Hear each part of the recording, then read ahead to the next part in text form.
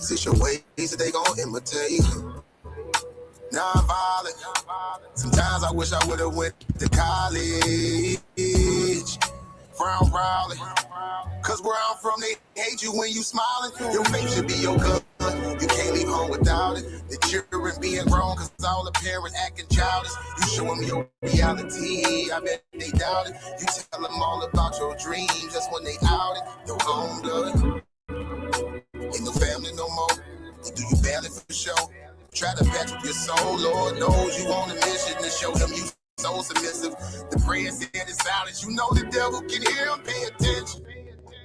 Know the war's within. How much time do you spend? Try to balance your sin, then again, losses is lessons. You tell me you trying to win. We know about saving money. You tell me you trying to spend that blood on it. Sweat this, you put that love on it. Your best years were just a dumb moment. You tired of going home. Can't deal with fake, making your life lonely. Your lack of faith to left your soul bone. But you gon' work and you gon' try. Do what it takes to survive. What is true, what is a lie? You know that war's inside. Some get draped into the fake, they don't know what to decide. Wrong choice, meet your demise. Keep that between you and I, you realize. Some people you gon' let go, you visualize.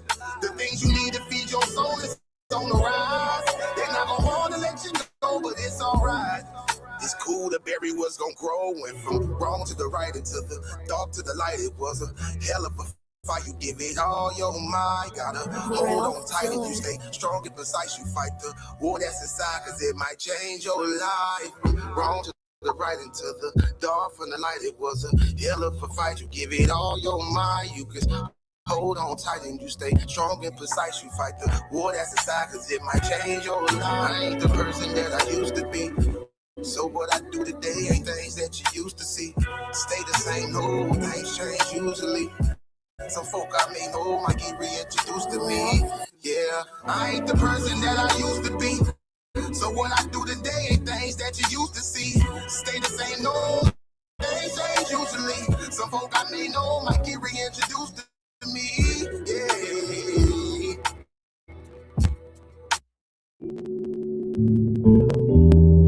Yeah.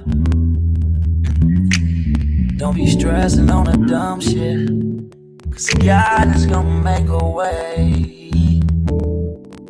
Just keep going and keep your faith, so you can win this race. This race called life, yeah, yeah. This race called life. This race called life, yeah, yeah.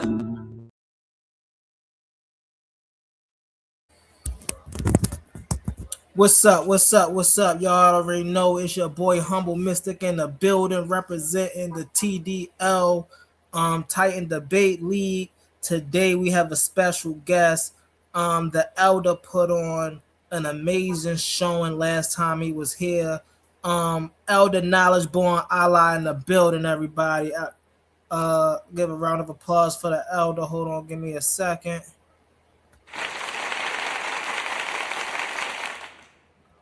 So how you doing, Elder? How you doing today? Glad to be back, man. This is one of the premier places out here. You know, the debate coliseum. You know what I'm saying? Like, you got to have your stuff together over here. I'm glad I ain't on the chopping block over there, because folks, something serious. Man, glad to be here with you, Right. Humble Mystic. Shout out to you. Shout out to A1. You know what I'm saying? A1 from day one. You know what I mean? So. Most definitely. Last time you was here, Elder, you said you touched on some pretty important topics to myself, and I'm sure they were pretty important topics to other people in the comments.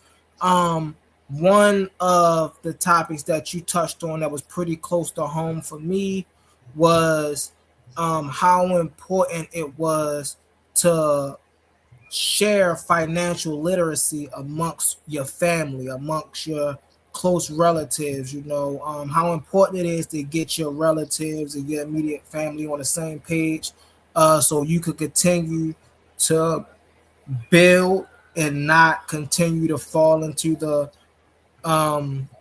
poverty cycle, as they like to call it. Can you touch more on that, brother?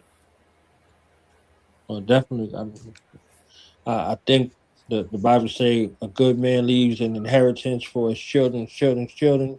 You know, something like that. You know, one of the biblical scholars will tell you what the truth is about that.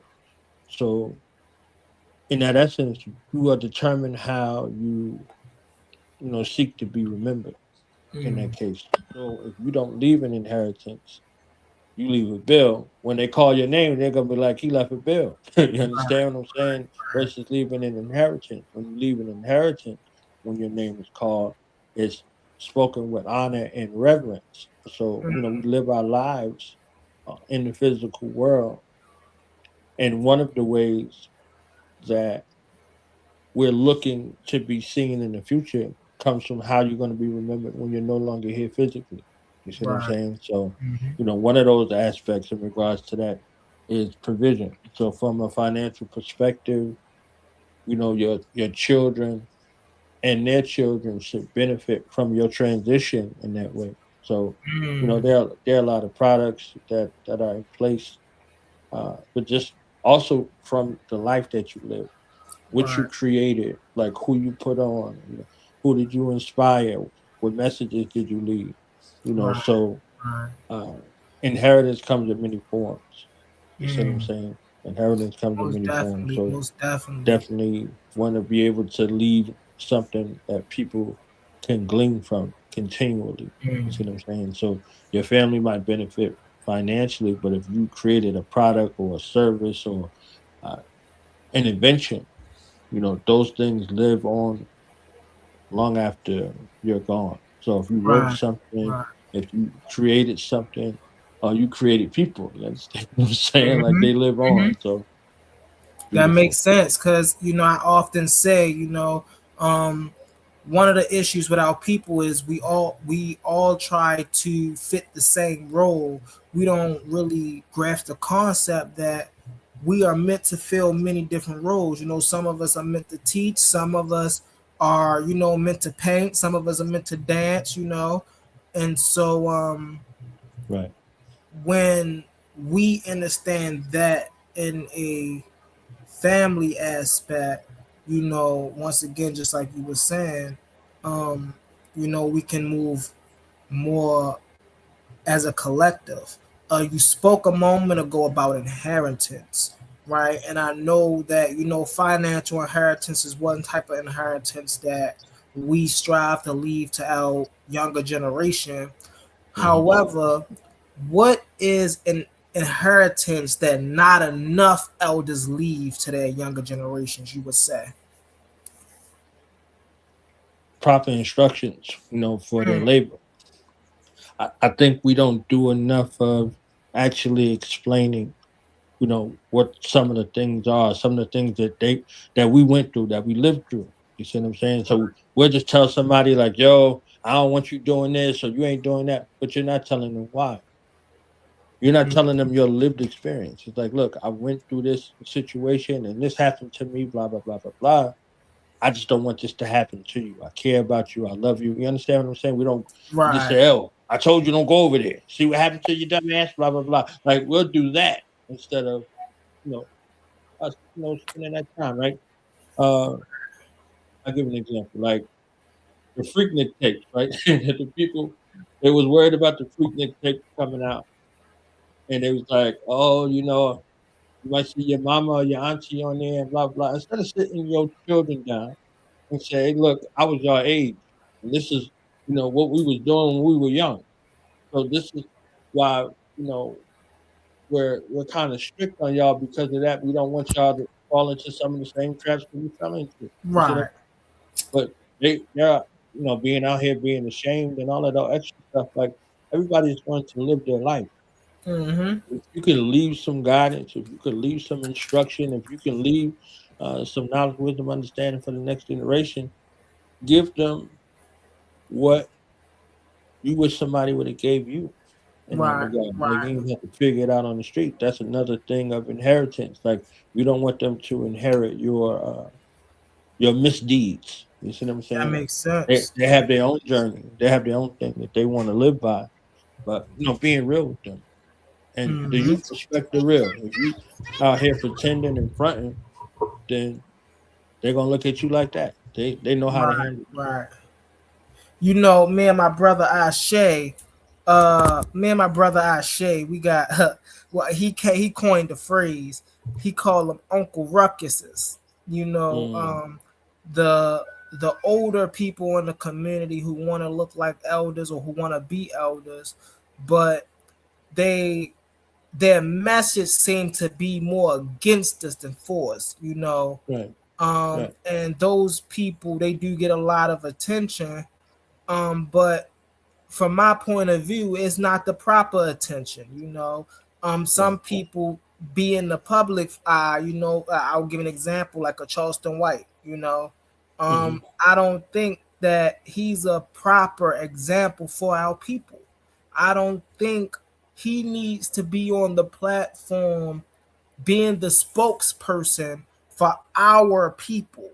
You see what I'm saying? And the reason Right. is because he's reintroducing or he's restabilizing the same frame of mindset that we're trying to escape.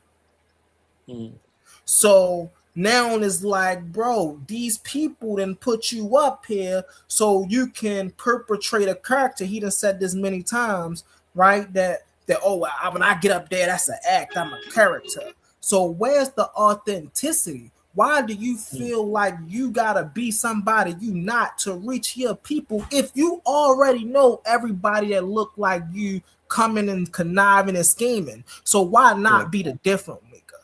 Right? Why not be the one that's truly coming to his people and say, listen, I'm here. I got something to help. Hey, listen, let's get on this bandwagon and let's move on out of here.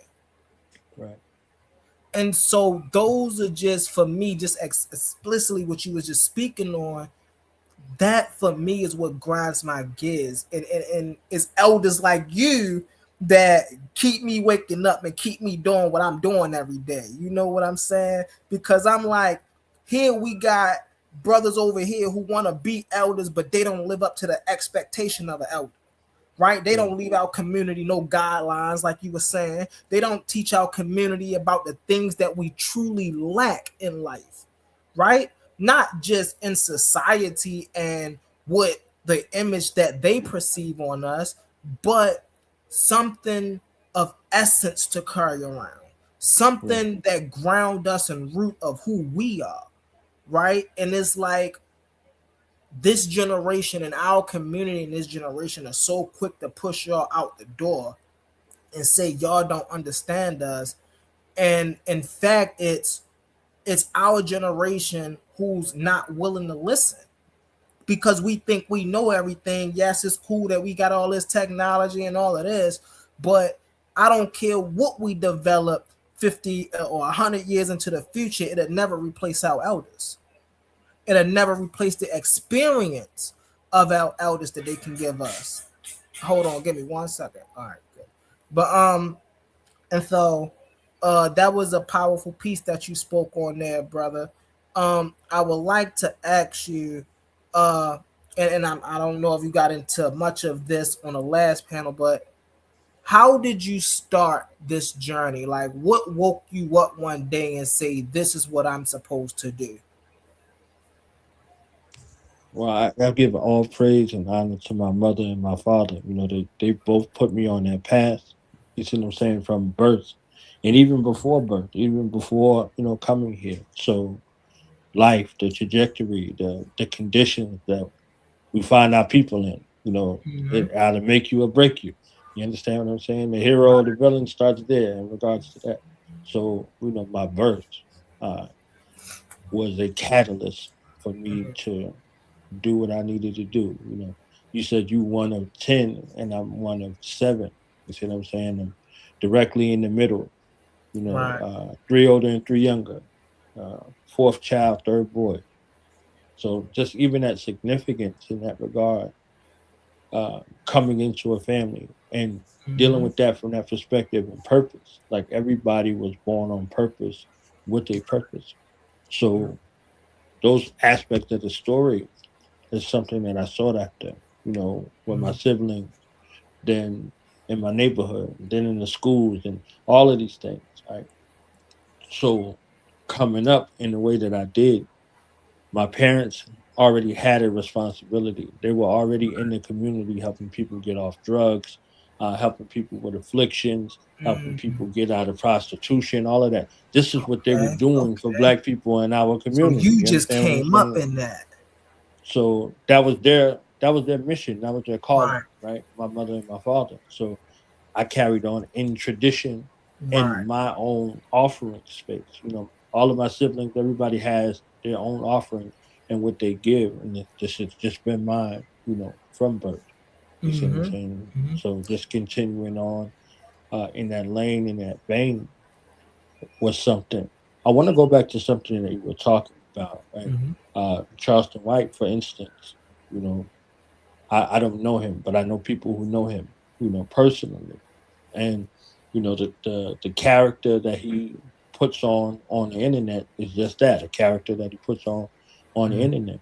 When he was somebody who was quote unquote straight laced, and he wasn't talking the way he was talking, he wasn't using any of that kind of Mm-hmm. vernacular, people rejected him, right? Yeah. Yeah. So when he comes with this, that he gets rejected for that also, but he also is reaching a lot of people at the same Right. time. Right. So, you know, these instances in regards to what salaciousness is out here and licentious behavior, it, it, it speaks to, however,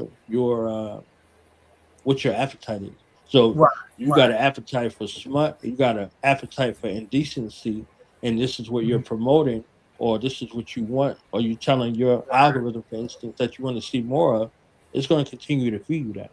You see what I'm Right. saying? Right. So if you're looking for him to do that, that's what he's going to do. You see what I'm saying? Mm. You can find there's other people that is out there, you know. So for what he does, that's for the people who gravitate towards that. You see what I'm Right. saying? So uh, I don't have those aspirations. You Mm. see what I'm saying? I don't have those aspirations. You know, the goal and the mission has always been the same. And one of the things that I speak about is the mission is more important than the moment. Right. So it could be a moment where you upset. You understand what I'm saying? Or you're Yeah. Yeah. discouraged, but you remember the mission. What Mm. you do in that moment matters, because the mission Right. is also an amalgamation of moments, right? So defining moments and moments that you might deem unfavorable. But your Right. mind, you decide in that moment where your mind goes. And Mm-hmm. his moment, he was like, they don't like me like this. When I was the hero, now I'm the villain. You understand what I'm Mm. saying? So now the people is like, oh, he's the villain. We love that. Let's get Right. some of Right. that. You understand what I'm saying? So many of the people who out here who are speakers and who are teachers and different kinds of things, they give different kinds of offerings.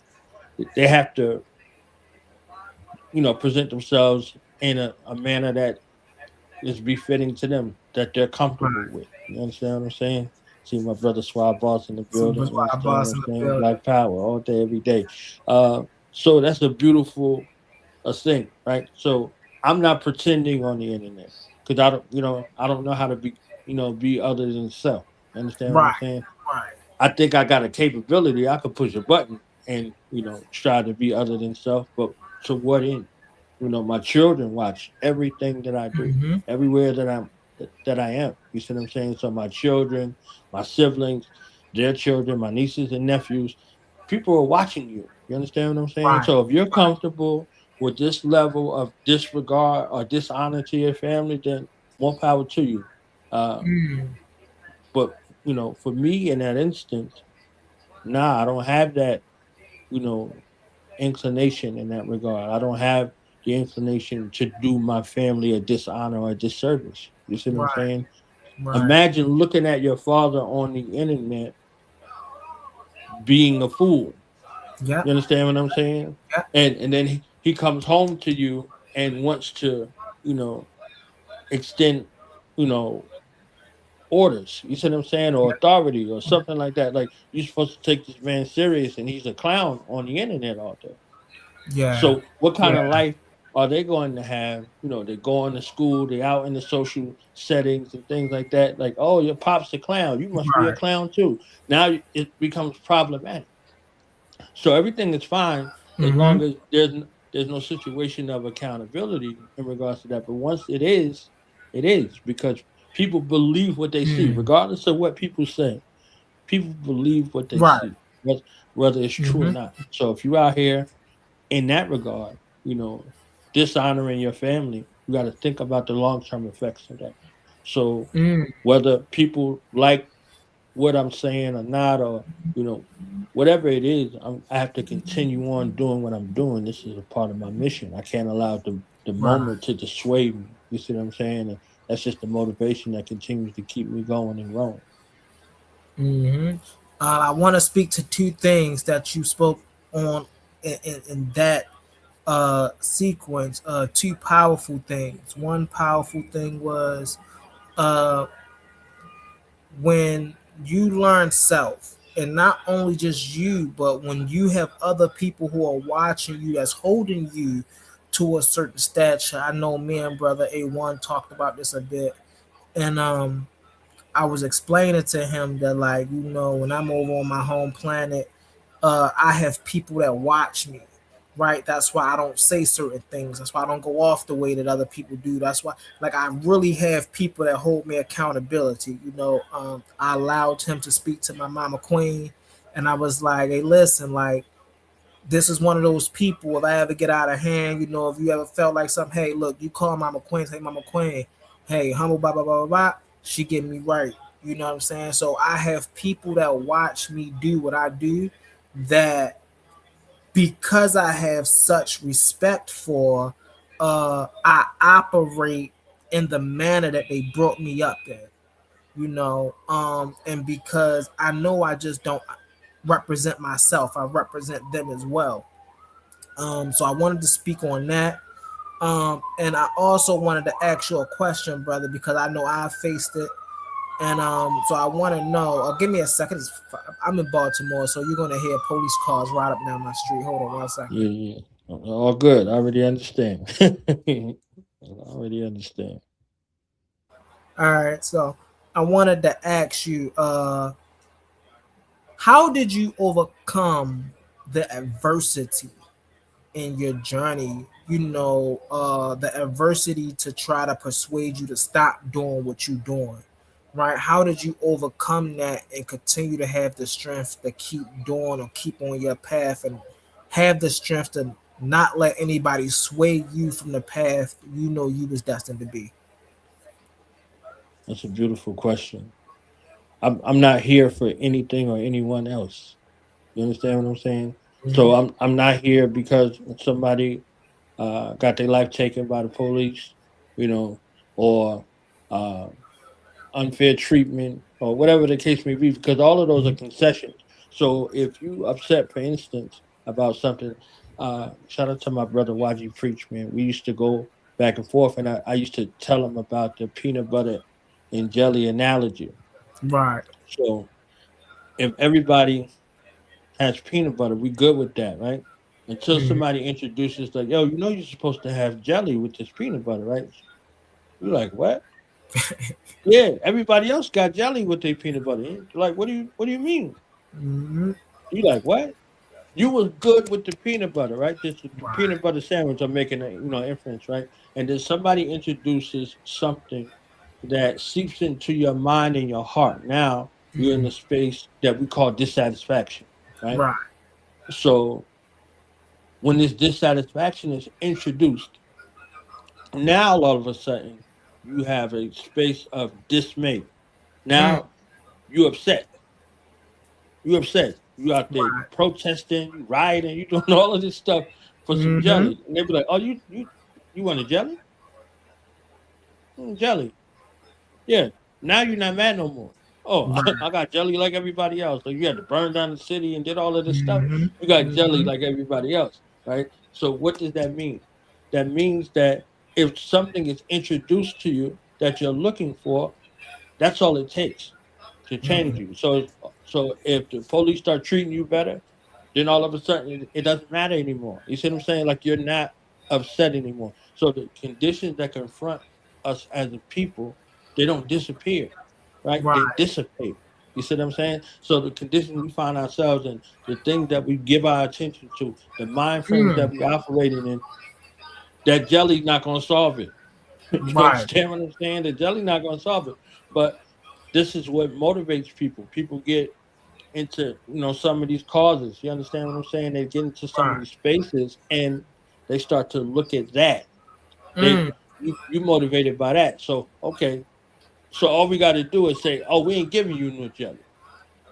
Mm. We ain't giving you no jelly." Now what you gonna do? You understand what I'm saying? Now So what you go? it's Hey, yeah, right. it's a Right. different thing because these things that continue to try to motivate people or incite people to move and sustain, that's not enough. That's not going to sustain you long term. So Mm. going back to the question that you asked, I didn't come here for anybody else. I didn't come here because I read a book.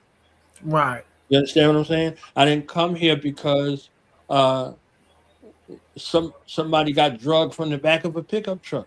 All of these things Mm. are instances, but what's going to sustain you long term? What's going to sustain you long term? Because in this elevation space, Right. for liberation. There's bumps, there's bruises, there's scars, it's thankless. You understand what I'm saying? You might get Yeah. backstabbed, you might be betrayed, somebody you love might leave you, you know what I'm saying? All of these things. Mm-hmm. And if Mm-hmm. you're content on this is still your goal, your aim, and your objective, you got to take, like the brother said in the movie Fences, the crookeds with the straights. Mm. You know what I'm saying? You got to take the crookeds with the straights. So I can't, in good conscience, just for me, I'm here and then I'm not here. You understand what I'm saying? My mother, my grandmother, my great grandmother, my father, my grandfather, my great grandfather all walked this path before me. It's my Mm. ancestral inheritance to be Mm. on this path. So even in times where things was difficult, because there was a time it's like, oh, I just want to be regular like everybody else. Right. I just want to be regular. And I didn't have no peace. This path Mm. haunted me back to it. You understand what I'm saying? Yeah. So, Yeah. somebody might listen to that and be like, damn, that's a trauma bond. You got a trauma bond with liberation? Yeah, like some people might have that. But if this is for you, it's for you. If it's on you or it's in you, it's for you. It's not for everybody else. You see what I'm saying? Right. So this is Right. your goal, your aim, and objective. And for them, it's their goal, their aim, and objective to do what it does. So if you look at the book series is tailored towards what we need in the future, what we need Right. right now, and what we need in the future, long term sustainability. You know, we need uh, architects, we need scientists, we need Mm-hmm. technologists, we need engineers, we need uh, artists, and we need agriculture, Yeah. we need Yeah. mathematicians. You understand what I'm saying? So we Mm-hmm. need entrepreneurs. We ain't going nowhere without no black woman. We need our black Facts. woman. You Facts. understand what I'm saying? Yeah. Like Let me drop a so, bomb for the that one. the revolutionary thought leaders, we need strategic planners and visionaries. You understand what I'm saying? We need Mm-hmm. the right narrative and motivation for us to continue to go. We need the right propagandists. We need the right Right. educators. You see what I'm saying? So we need to know how to win and Exactly. how to take a loss. You There understand you what I'm go. saying? So Yep. there's a space of emotional regulation that comes along with both of them. So Mm-hmm. all of these things right here, and we deal with the aspect of organization. We need to know how to organize properly, right? And There you then go.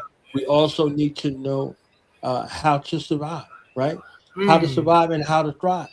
You see what I'm saying? So all of these aspects, these 13 volumes are dedicated Mm. not haphazardly, very strategically, with intention. You understand what I'm saying? Yeah. So Yeah. getting people motivated around that fact, getting our people, young black people, into the mind frame and the mindset to be able to do for self, just like our Very ancients taught, just like yeah. our elders taught. You understand what I'm saying? Accept your own and be yourself. Do for self. Everybody is out there doing, Cool. Mhm. right? They're No. doing. So back to the benefit of family, the benefit That's of the black family, that's supposed to be your greatest source of inspiration, not your greatest letdown. You understand? So when you look at that, your greatest source of inspiration and motivation can't be your greatest source of degradation and destruction. You understand what Mhm. I'm saying? So when we remove a lot of these angst and things like that from the situations in regards to the family, we remove the degenerates. We remove these other things that are there. Now we can just focus on our family righteously. Our children deserve to grow up in a world where there are no predators that are preying on them. You understand what I'm saying? They, Yes. they, Yes.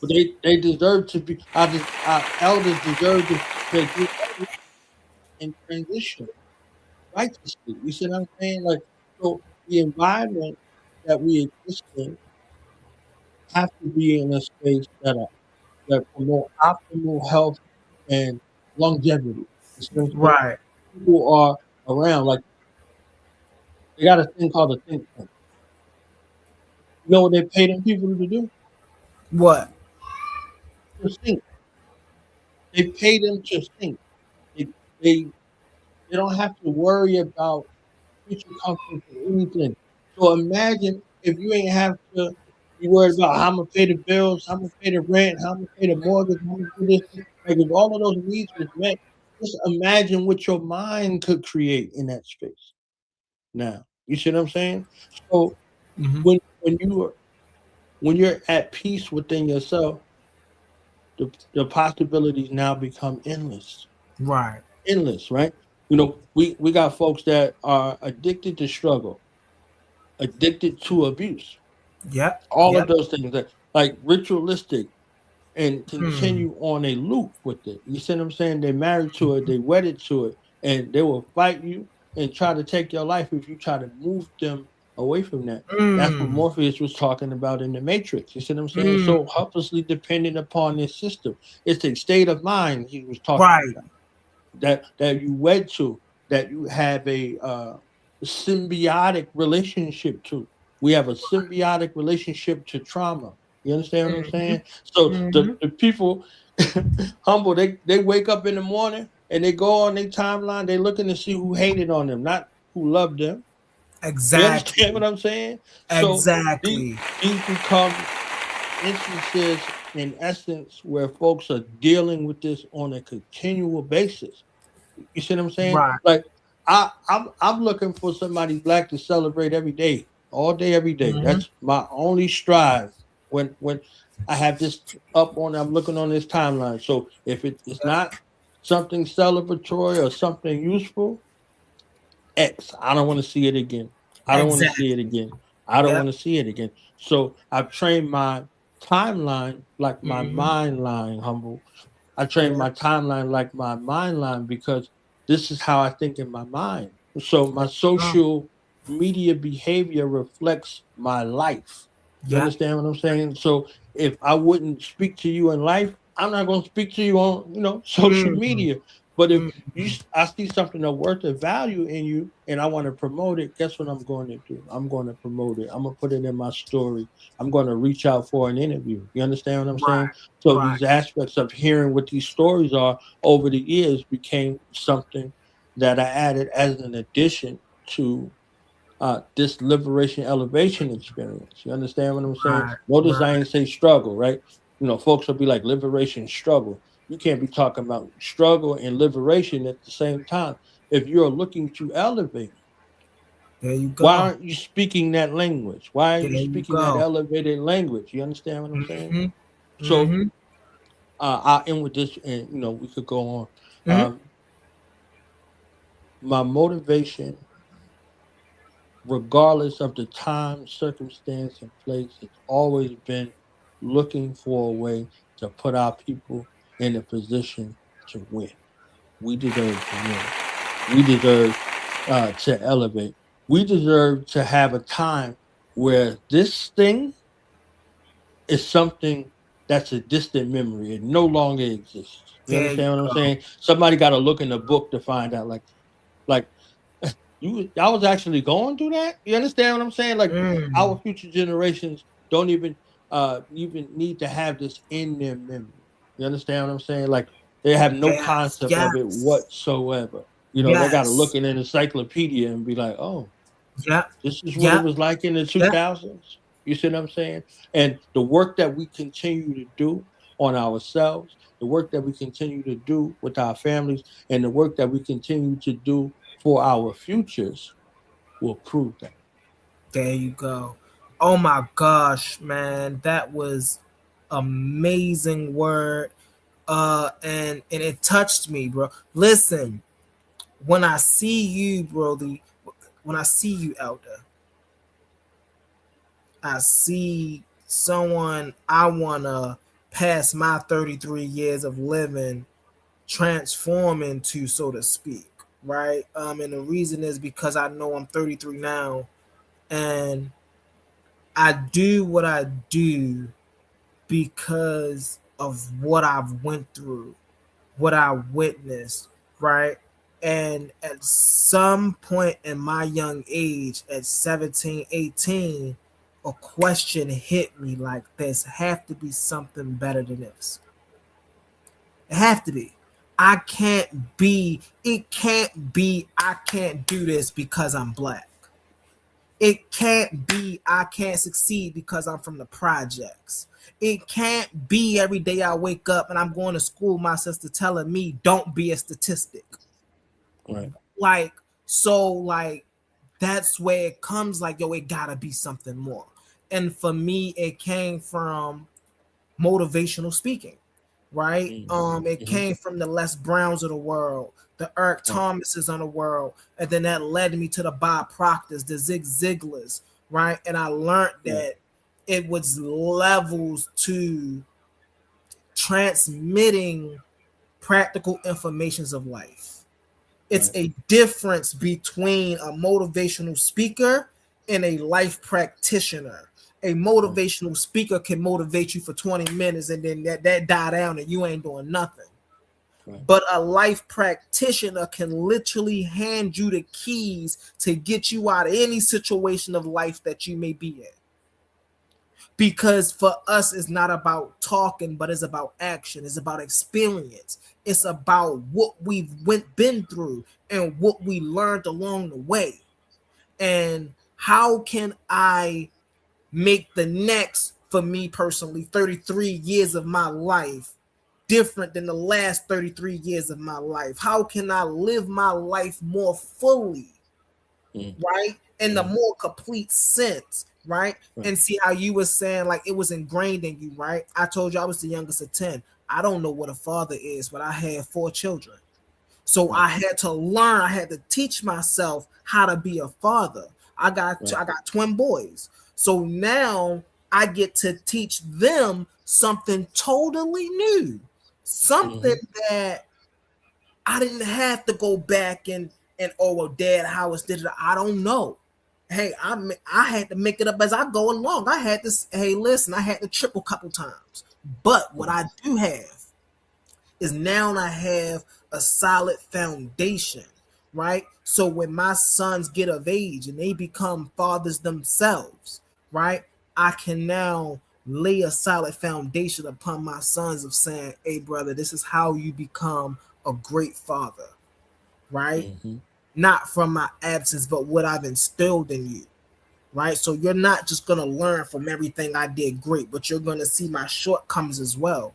And you're going to see why I had shortcomings. Maybe I was rushing too much, right? Maybe I was letting lust and greed get the better of what my circumstances was, right? And it threw me off of my course. So now, son, I'm warning you, when you step into this pool, these are the sharks you look out for, you know? So these are just some of the things that just gets instilled in me, brother. When you talking to me, Elder, when you talking to me, I swear it's like it's a mirror that goes up and say, humble, this is why you do what you do. This is why you give back to the community as much as you give back to the community, because you're not the only one that feel this. You're not the only one that go through this. And listen, sometimes I feel like I am, right? Definitely in the environments I'm in, right? Because a lot of times when you're in environments where it's no longer about, just as you were saying earlier, Elder, when you're in an environment where it's no longer about the mission, but everything is about everybody and themselves, everything corrupted. So it's hard for a person like myself or like yourself, the genuine ones of us, to come out and say, hey, let's get back to this mission. Because in reality, they scared to deal with the actual mission. Right. You see what I'm saying? They don't know. And the hard truth about that, elder, is it shows their lack of trust in us. Mm. It shows that here's an elder that said, I got the blueprint. But yet you still running over there to get something that's not meant for you. When it's a whole cake right here that's meant for you and you welcome to it. But yet, because as you were saying earlier, that mentality, right? That poverty mindset mentality, that crabs in the barrel. I got a man on my home planet called Crabs in a Bucket. And he said he reason he put that in his name is because every time we see him, he want us to remind us what to stay away from. Stay away from that crabs in the bucket mentality.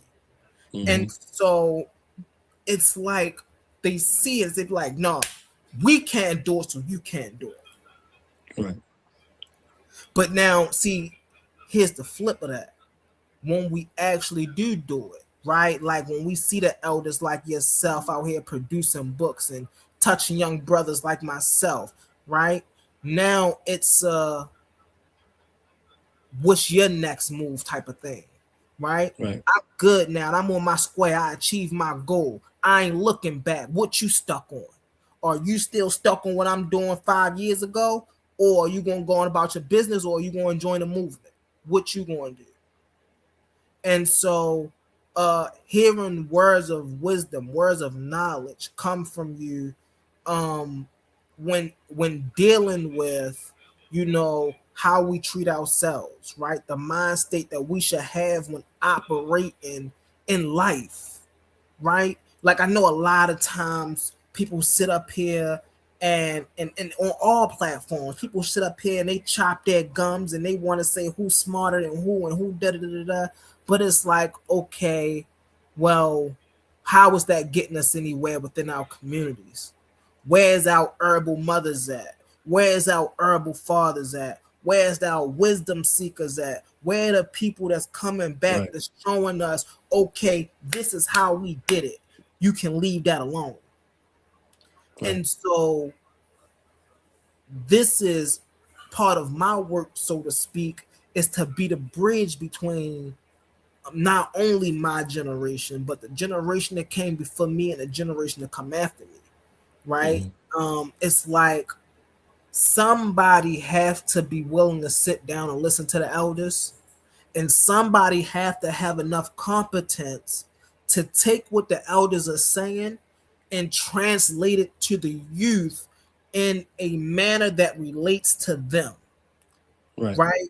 And I can say I was that person growing up, not having someone like me, like even earlier today, I was looking at myself in a mirror and I was like, bro, my children are lucky to have someone like me. My godchildren are lucky to have someone like me. My brothers, my nieces and nephews are lucky to have someone like me, because when I was growing up, I didn't have anybody like me. I didn't have anybody to, hey, this is why you drink more water. Hey, this is why you get your exercising in. Hey, this is why you play chess for 15 minutes a day. Hey, listen, you read one book today, try to read 2 books in the next 2 weeks. I didn't have anybody instill that in me. I had to learn that from someone who didn't even know I was watching them. Right. You know, and so that's why this is so passionate for someone like myself, because it validates, it shows me, right, that I didn't put the work in for nothing. That if I keep grinding, if I keep going, you know, there will be a reward at the end of this. You know, whether the reward be, you know what everybody say when they get their first big check, they go buy their mama a house, right? Or whether, you know, we go take over, like personally for me, and this is why even when conversating with you, Elder, one of the things I really wanted to get into uh, was personal development, right? I touched on a lot of the finances because I know a lot of people wanted to know a little more about that. But for me, passion has nothing to do with money, right? I'm going to be humble no matter what I'm doing because Right. that was instilled in me, just how you were saying, you came up in that.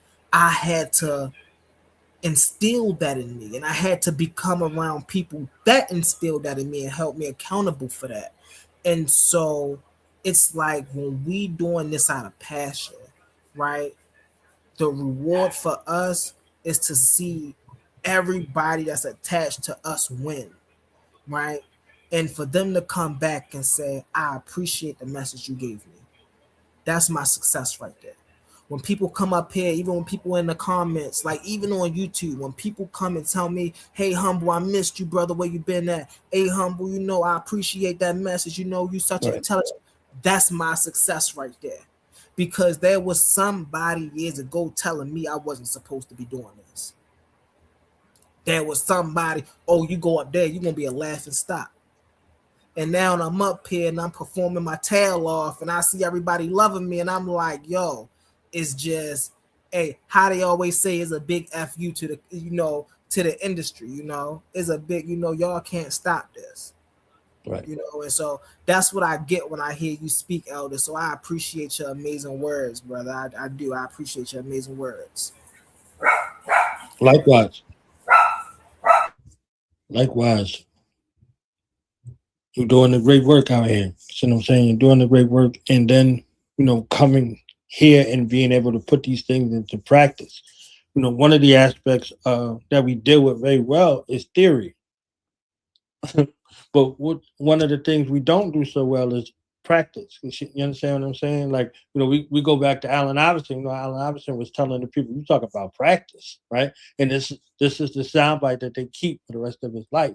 He was talking about y'all asking me about practice and not thinking about what I'm dealing with in real life. You understand what I'm saying? So, like, you talking about practice, he late to practice, so he's not there in practice. So, in the essence of theory, going from theory to practice, theory to practice, theory to practice, theory to practice. So, practice makes practice, right? So, things become practical, and then you can begin to perfect them. So, in essence, at the essence of it, practice leads to perfect, right?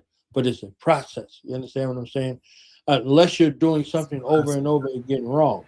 You understand what I'm saying? But no Exactly. matter what you deal with, and no matter how long you deal with it, you're still going to do it wrong. You see what I'm saying? If somebody taught you how Mm-hmm. to do something wrong, and you continue to do it, right? You're going to Right. continue to do that wrong. So, with your voice and with your message and how you're bringing this aspect of hope. You said motivation earlier, right? And I used the same word. It's really discipline, right? Mm. Because discipline, as they said in the entrepreneurial space, because we're about to talk about personal development, discipline, they said, is doing something you said you were going to do long after the feeling that you said it has gone. You understand what I'm saying? So this is what they're saying in regards to whatever your definite chief aim, your goal, your aim, your objective is. Right. Do you have that stick to itness? To continue to go on and persevere despite how your mood is changing, right? So, Mm-hmm. if you were in the gym, you working out and this is a part of your regimen and you wake up and you don't feel like going to the gym, that's the day you really need to go to the gym. You Mm-hmm. understand what I'm saying? Mm-hmm. That's the day for the breakthrough. It's a breakthrough, right? So when you start to think about that from that perspective, when you're looking at what discipline is, right? Right. Motivation is necessary. Motivation is necessary, but there's the other aspect of that is your follow through, right? In You your follow through. execution, your Right. follow through, right? What they said in the entrepreneurial world, they say the fortune is in the follow up. You Aha. understand what Yep. I'm saying? Yep. The fortune is in the follow up. So, in this aspect, it's the follow through. Like so, the Mm. follow up and the follow through, right? So, you have a determined idea that you have in your head. you put it down on paper, you write the vision, you make it plain, you begin these pathways of execution. But when you're dealing with something, they'll tell you to begin with the end in mind. So you're Mm. dealing with what the goal is, and now you're backward planning. You understand what I'm Right. saying? And you're being very realistic about the kinds of things that could go wrong in that essence, right? And Uh-huh. now you're thinking about what are the contingency plans for this particular thing that is happening, right? So if you in business, you'll hear something about a SWOT analysis. You'll hear strengths, weaknesses, opportunities, and threats. Now you have to be realistic about your idea, right? From that Right. regard, it's perfect in your head, right? Like if you said a rhyme in your head before and you say it out loud, it don't sound the same. Yep, yep, yep. So you said a rhyme in your head or whatever you wanted to say to somebody when it's time, it may or may not come out right. More times than not, it doesn't come out right because Mm-hmm. it's just in your head, right? So now, when it go from your head to your heart to your hand, that's a triune space to what you're going to Mm. do. So you're going to practice that. You're going to practice this thing that's in your head and make sure that you have it right and you craft it right. You craft it right. You Right. craft it right. So if they gave you, you know, 10 seconds to speak, it's going to be the best 10 seconds of your life because you Mm-hmm. prepared for that. You prepared for it down to the second. They gave me 10 seconds. All right, I'm on the clock. I got 10 seconds. You understand what I'm There you saying? go. So this is how There you the go. debate league world becomes very critical in that. Because if you got a 5 minute opening, you got a 5 minute opening. You understand what I'm saying? You're Uh-huh. gonna make the most out of them 5 minutes. You prepared for those 5 minutes. You got an opening round, whatever the case may be. However the format is in regards to what you do, Yep. this is what it is. So understanding that format becomes something very critical. So this is happening here. This is your audience. You know your audience. You know the judges. You know your opponent. Do you know your opponent? And do you know your opponent's argument? Could you There you argue it go. from that other side? You see what I'm saying? Mm. So when we're talking about personal development, we're talking about personal development in essence to where you see all sides of the argument, all Yes. sides, and you respect your opponent's said ability to be able to try to catch you up in your argument. It's your Mm-hmm. argument. You're wedded to it in that moment, right? Right. So now, when you're developing and crafting your strategy, crafting your message, crafting whatever you need to impart to the people, this is what Uh-huh. it is. You embody that for that moment. Right. You embody that for that moment. So now are you prepared for that determined idea that you had in your head or this debate, whatever the case may be, to Mm. be scrutinized? One of the things I took from the realm of academia was that your idea sounds great in your head. I'm a open up, blah, blah, blah, whatever the case may be. So, for instance, for me, with Voices of the Diaspora, the ebook series is a crowdfunding source for me to show Voices of the Diaspora, the docu-series, the web series. Right. You understand what I'm saying? Right. So one is taking care of the other one. So I can impart some information here, but I could also showcase Black people in a righteous light, in an authentic There light. you Black go. people deserve the opportunity to be seen by the world righteously. Mm. Not some fool running around with a dress on and all this other kind of stuff that you think is funny and is performative. No, the joke is really on you.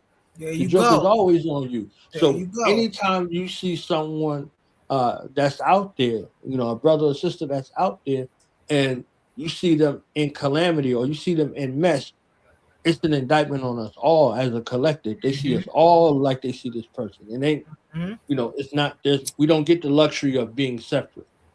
Right. Everybody else can be separate, right? You see what I'm saying? Like, for instance, Tashina Arnold.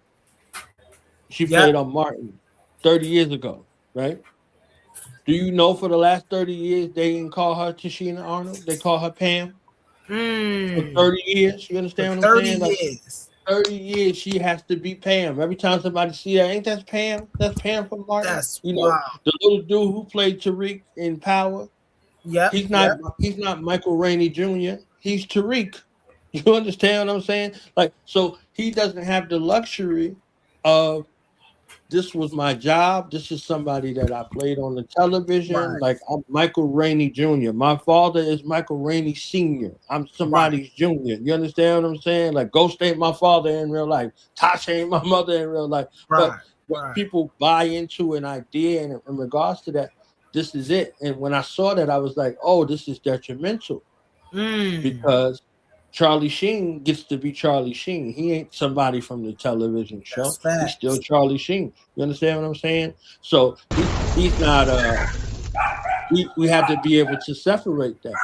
But the personas that you buy into knows that the psychology is real because now you see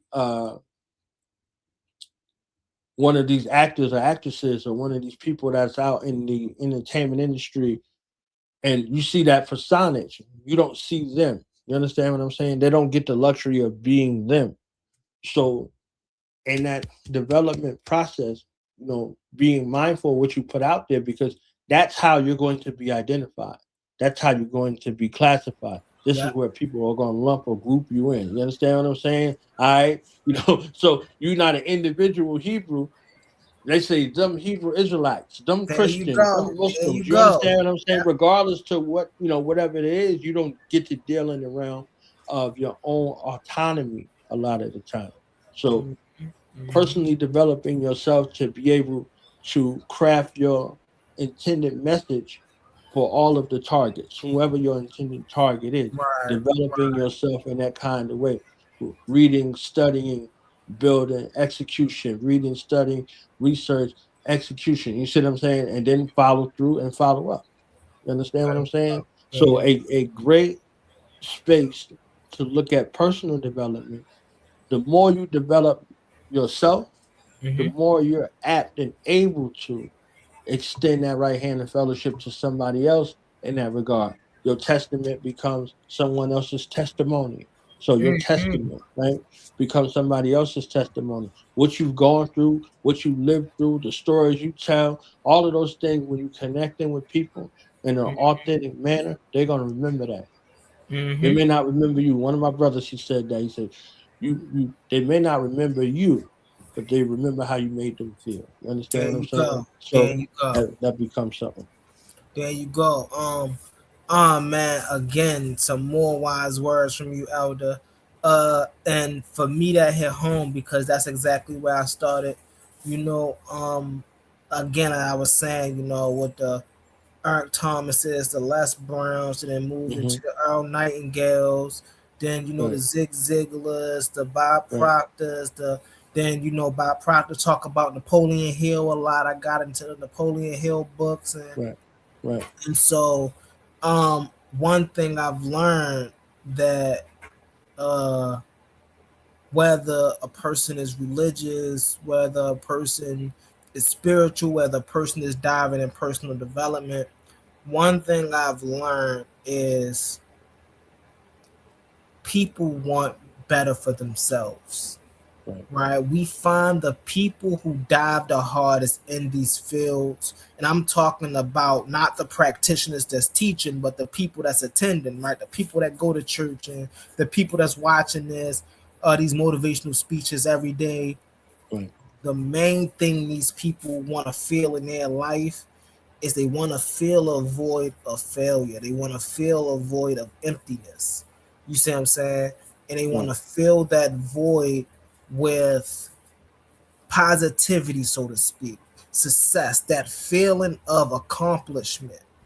right, And the it's interesting when you were saying talking about temporary, right? And then I was talking about I was we was talking about temporary feelings, right? Things being temporary, and you was explaining that you have to put the work in, you have to do the studying, you have to actually execute. And I think that's the biggest disconnect that our community have with these teachings, no matter what field is in, right? It could be from Buddhism, no matter what field. When mhm, it comes to when it comes to improving ourselves, the biggest issue we have becoming practitioners, applying the information. They'll read some stuff all day. They'll read it, get online and regurgitate it, but they'll never practice it. Mm. And then, like you were saying earlier, that's detrimental because now we have a bunch of people talking about a bunch of stuff that's trendy, but because they are not practitioners of this field, they really don't know what they're talking about. You know what I'm Mm. saying? So we got people around here talking about the chakras, and we got people around here, you know, using the Bible for their own personal gain. It is like at a certain point, it's like, when are you going to stop regurgitating information and actually put that work in? And when I say put that work in, a lot of times, just like you were saying earlier, um, even with like the motivational and things of that nature, when we're saying putting that work in, it's personal work, right? It's how it's working on becoming the master of your own mind, right? I've heard it once. A couple motivational speakers have said this, right? You never allow people to be able to control your attitude, control your emotions, control what you think. Because once that happened, then they are the masters of your mind. And what I mean by that is, if a Right. person that you don't like come in a room and you was having a happy encounter, Mm-hmm. then as soon as they Right. walk in the room, your whole mood changed. That Right. person just controlled you. Right. And so when I'm talking about doing work, I'm talking about doing work in that aspect. I'm talking about doing work in the aspect of finishing projects, right? We have people out here who are entrepreneurs, we got singers, we have dancers, we have artists, and they have work that they still have yet to complete. And it's because something you were saying earlier, Elder, discipline. They haven't been able to grasp that tool of discipline, which is a tool. And that's the thing. When I first started this, 17, 18 years old, when I first started hearing about the paradigm of the mind and focusing on positivity and optimism versus pessimistic, and I was like, okay, these are just words that I, until I actually had to get the understanding that these are tools. These are tools you use throughout your day. So when I'm going to school, at 19 years old and I'm catching the subway, I'm observing everything around me and I'm literally applying what I heard from the YouTube video. Oh, I don't want to visualize that. Okay, this is peace I might be, Mm-hmm. things it's just the application. And so I feel like it's that piece that our community is missing. They want to get the information, they want to argue about the information, but they don't want to apply the information. Can you speak a little bit about that, Elder? Information is a byproduct of curiosity. Mm-hmm. So information is a gateway or a pathway to knowledge. Information is not knowledge. Mm. So you can't apply what you don't know. There you go. You can't apply what you don't know. If you don't know it, you can't apply it. You can be informed, right? You can be informed about things all the time. Like you can find information. But when you start thinking about why you want to know something, Uh-huh. it's based off of something. Is it going to be beneficial to you to know this or not? Right? Mm. So you get informed about something and you might cast it to the side. But when you want to know something, it becomes birthed out of curiosity. So you Right. start to wonder about something. You're looking for an answer, right? So curiosity formulates a question. One of those steps in the scientific method that they taught was your hypothesis. Mm-hmm. You see what I'm saying? They call it an educated guess. They couldn't just say it's a guess, right? They call it an educated guess. They give it an adjective to describe what kind of guess it is. Educated. So not based off of emotion alone, but logic, right? Right. So now you're thinking about this hypothesis, quote unquote, or what you want to know.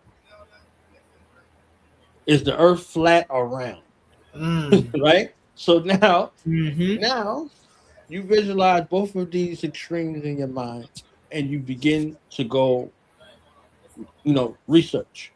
You go Right. research, and in the process of research, you come across information. So there's information about the round Earth versus the flat Earth, whatever, blah blah blah, whatever the case may be. Whatever you keep, you deem useful information. Now, after you get that useful information, you convert it. Now, Right. you begin to test it, look at it from every angle, blah, blah, blah, blah, blah. So when you speak about it, you speak about something that you're informed on. Right. But there's no way for you to really know whether or not the earth is flat or round, right? There you go. So you don't know that, right? You Mm. don't know that. That's something you're informed on, right? So that's Mm. information. When you know who you are on the other side, can't nobody inform you about you There when you you go. know who you are. You understand what I'm saying? Yep. So a lot of people, they come into information and they get information and they espouse information, and you say they don't apply it because they don't know it. So Mm. after you know something, now you can go through the process of applying it. What does that Right. wisdom look like? So it becomes wise in the application. You know, applied knowledge is wisdom. You see what I'm saying? Mm. So when people say knowledge ain't nothing, if it ain't applied, that's foolishness, right? There you It's go. foolishness. Hey, What they elder. want to they want to deal with that. Let me just say this little part, and Uh-huh. they want to deal with it from that perspective.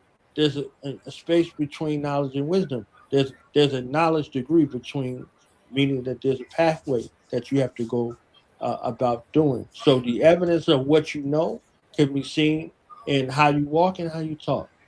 So either it's going to confirm what it is or it's going to deny what it is. You understand what I'm saying? So Yeah. where's the evidence on how you live, right? I heard people, and I end with this. They was like, yo, I read the autobiography of Malcolm X and it changed my life. But you don't see no change in their life. There's no There. evidence. So it didn't, right? You understand what I'm saying? Like, Yeah. okay, Yeah. so you read a book, that's okay. But where's the change in your life? And you're talking about a man who changed his life multiple times before his departure from the physical world.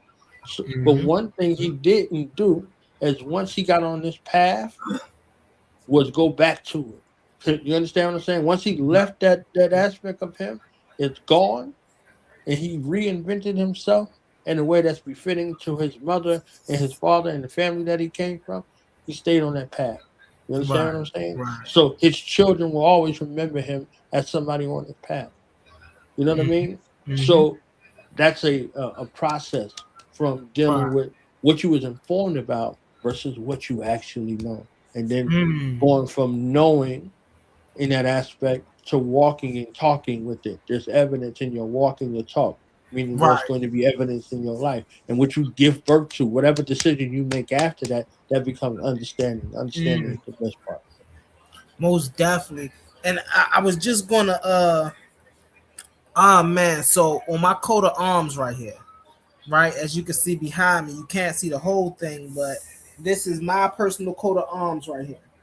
Right, And so on that top, you can see strive for wisdom. At the right. bottom, it says reject ignorance. And that's Mm, because that saying, man, I gotta say it, right? hmm Knowledge applied equals wisdom. Knowledge not applied equals foolishness. And mm, so if we're gonna have anything when dealing with knowledge, and oh man, this takes me back. You know what I was thinking about? You know what? Another thing that had me really psyched to talk to you was because you said something when I broke that down on that panel. You was talking about information, hmm right? And just as you was just speaking, information and knowledge, right? So you have to hmm get to the step before you even get the knowledge. You gotta Right, get through the step of information. right, You see what I'm saying? It's like you gotta even grasp that. Because if you don't grasp that, then you don't have no knowledge. And it's like, oh man, I was thinking about that. And I was like, you know what? that's interesting because how many times, as the point out the point out what you were saying earlier about the dude that read the Malcolm X book, how many times do we see people read these books, even Mm-hmm. in self-help books and things of that nature, and how often do it change people's lives? Because do you really grasp the message that's being sent to, like, that's in this book or that's in this work or that this person is conceiving, and so this is something as well that I myself strive for when I break down messages or when I'm introducing messages. I not only want to make them clear, but Mm-hmm. I want to make them as graspable and relatable as possible. Because when I'm speaking to people and I'm sharing information with individuals, right, I want them to be able to have a clear foundation or a clear message of what I was trying to send to them. And I noted that Zig Ziglar talks about this often when he holds his building public speakers conferences. He said most speakers miss the message. They get up on stage and they do a lot of talking, Mm-hmm. but they miss the opportunity to send the message. And it's because they've read a lot of books, they watched a lot of YouTube videos, and they say, I'm gonna go on stage and I'm gonna mimic this. But they haven't grasped the information. They haven't actually experience. They don't know the stuff, as Zig Ziglar say. They don't know the stuff, right? They know the Mm-hmm. hardware, right? They know the Mm-hmm. cover, what it looked like, but they don't know the stuff. They don't know what it means to be on 15 tours and this many nights and things of that nature. So when they come up here, they're just regurgitating, they're mimicking, and then that's fine. Like you were saying earlier, when we go up here on our debates and we have our 3-minute presentations, 3-minute openings, whatnot, you know, when you're just regurgitating and you're making a mockery, right? That may last for 3, 4, 5 minutes. But then as Zig Ziglar was pointing out, when you're mimicking and you're not authentic, that may last for a short period of time. But when Right. you're on the stage for 4 or 5 hours, it don't last very long, right? Right. Because you run out of material, you run out of things to talk about. You like, all right, now your mind is scrambling because the message isn't authentic. And so it's just very important. Just all of that we just covered is all important to just deal with being authentic, right? And what's your message, if you have one, about authentication and authentication of a person and character? People can tell. People can tell who you are before you say anything. Your Mm, energy precedes you. One of my brothers, a master astrologist, Kai Zodiac, he says that precedes you. You understand what I'm saying? Like, it precedes you. So people, they deal with that. Like, so people read energy, right? They right. pick up on energy. They gravitate towards energy, whether it's right, wrong, or indifferent. It's Mm, it's evident, right? It becomes evident. You know. So being authentic, you can be an authentic fool. You mm, understand what I'm saying? Authentically, you be like, oh man, there go that fool. That fool. mhm. To you trust that fool to be who he is or whoever her There you is. You see what go. I'm saying? When you're thinking about being authentic, they're not pretending. You understand what I'm Mm, saying? They're not pretending. So in that space of authenticity, they know you before they see you. mhm, People mm, know who you are, not who you pretend to be. Understanding, right? The last thing we were dealing with in regards to we were dealing with knowledge, wisdom, and then now understanding. mm, Understanding is the best part. It might take mm. you a while to arrive at that place of understanding. Understanding is what you give birth to. When Right. those thoughts that they talk about that become things, that's what you are giving birth to, right? So you Mhm. operating from a space of authenticity. So if whatever you sow, like the Bible says, you shall reap. You shall reap. You see what Yep. I'm saying? So authentically, you're going to get that. You're not going to get anything other than what you had sown. You Right. understand what I'm saying? So now dealing with authenticity, and sometimes folks like a good example of a bad example, right? They love a good example of a bad example most of the time. They don't like the truth, right? They don't like the truth because lies, they look more attractive than the truth does. You see what I'm saying? So when Mm-hmm. you're dealing with that realm of authenticity, Right. you can get an authentic lie. But let me tell you something, humble. As long as I've been on the planet, I ain't never met a liar that liked being lied to. You understand? You better I tell them. I ain't never met a thief that liked being stolen from. You understand what I'm Yeah. saying? And I Yeah. ain't never met a shooter who ain't worried in their mind about being shot or shot Yeah. at. And so regardless of what it is, you know why? Because in their mind, whatever they had in that position, they think that it's okay. They think Yeah. the liar don't think he lying or she lying. Mm. You understand what I'm saying? Like the thief, like yo, I'm doing that because I got to do what I got to do. All right, so Yeah. Yeah. you the last one. You understand what I'm saying? And Yeah. the shooter, like they stopped making weapon systems when they made yours. Nah. So now you have to think about that in that sort of perspective. Something in their mind justifies why they do what they do. Yeah. So in that way, they're going to be authentically them, right? Mm-hmm. So when you find out who you are and how to be authentically you, then that's the framework that you begin to work with. They tell us in the entrepreneurial world, you got two most important dates of your life: the day you were born and the day you figure out why. That means something, right? Mm-hmm. Time is only relevant to those who are out for their purpose. Mm-hmm. That's the only time. It don't matter what time it is when you ain't got nowhere to be. You don't There even you care. go. You It could be 4 days in the past. You still sitting in the same spot and you Mm-hmm. ain't did nothing. But when you have something to do, when you have some work to do, or you have to be somewhere, all of a sudden time becomes a factor. There So you your go. life now is shaped around what you're able to do. Mm-hmm. So dealing in the realm back to authenticity, and I'm in with this. Uh, Authentic is something that becomes validated. Somebody authenticates something. If somebody handed you a contract, you authenticate that contract being lawful and legal with your signature.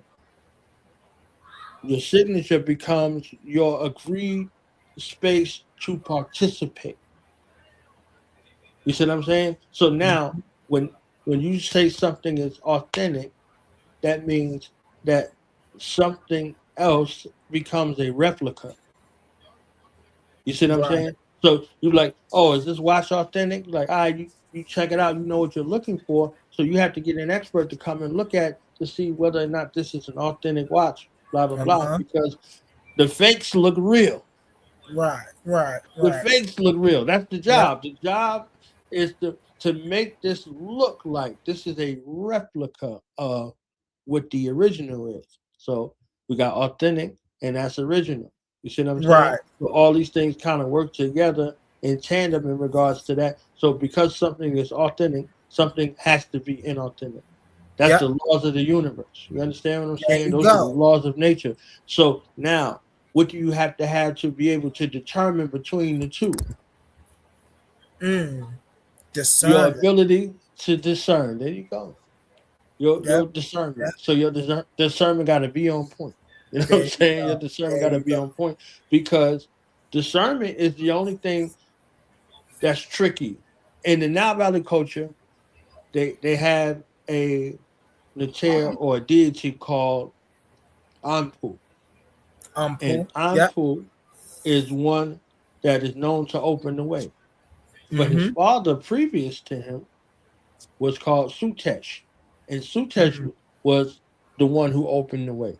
So now Sutesh has the ability to mask himself as Anpu. So Mm. you might be thinking that your discernment is on point and you dealing with this from an Anpu perspective, There you and you're go. really dealing with Sutesh. You see what I'm saying? Mm. So that becomes a space where that ability to discern could be something where you so, hell bent or haven't been on it that you missed that. You see what I'm Mm. saying? You missed that. So now you open in a way with Sutesh versus Ampu. So you open in a way with something where it went from you being on point about it that you so on point, you off point. You off point. Exactly. Just a Yeah. little sleight of hand, right? A little math. Yeah. You understand Yeah. what I'm Yeah. saying? So now you thinking, Ampu coming to your city and Sutesh coming to your city. So that means calamity is fed, all kinds of things, Right. all kinds Yeah. of mischief and all of that. You see what I'm saying? So that discernment has to be in due bound because otherwise, if it goes from intemperance to excess, it Mm. something else. Most definitely, most definitely. And really fast, oh man, the elder Knowledge Born Online is here dropping some amazing knowledge, giving some great gems. Hit his cash app, y'all. Knowledge Born Online. The brother is in the building. We're gonna take a word from our sponsors. And when we come back, I'm gonna ask the elder some things about his books. Let's get into it, y'all. Power. Who has it? Who controls it? And who does the Bible give it to? Welcome to the Coliseum of Arguments presented by Titans Debate League. This is not for the weak-minded. This is not for the easily offended. This is a battle for truth. In one corner, it's a queen, bold, unapologetic, challenging the system, arguing that the Bible strips power from women. In the opposing corner, Gideon gets real, firm, disciplined, standing on scripture, defending the Bible as order, structure, and divine design. The question, does the Bible take power from women? Belief versus resistance, tradition versus challenge, scripture versus interpretation. No dodging, no soft takes, just raw intellectual combat. Who stands strong and who gets exposed? Step into the arena and witness it live. Coliseum of Arguments. Only the brave speak here. Are you not entertained?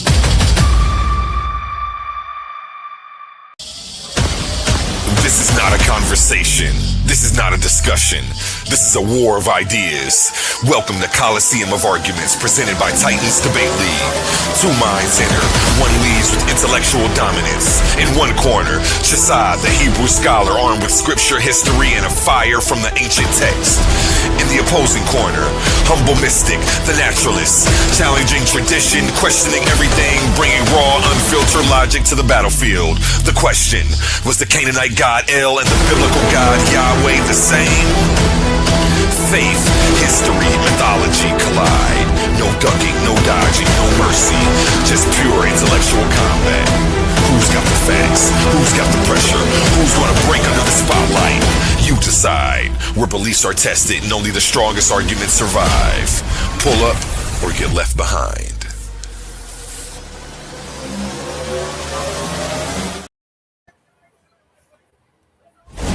Let's be real for a second.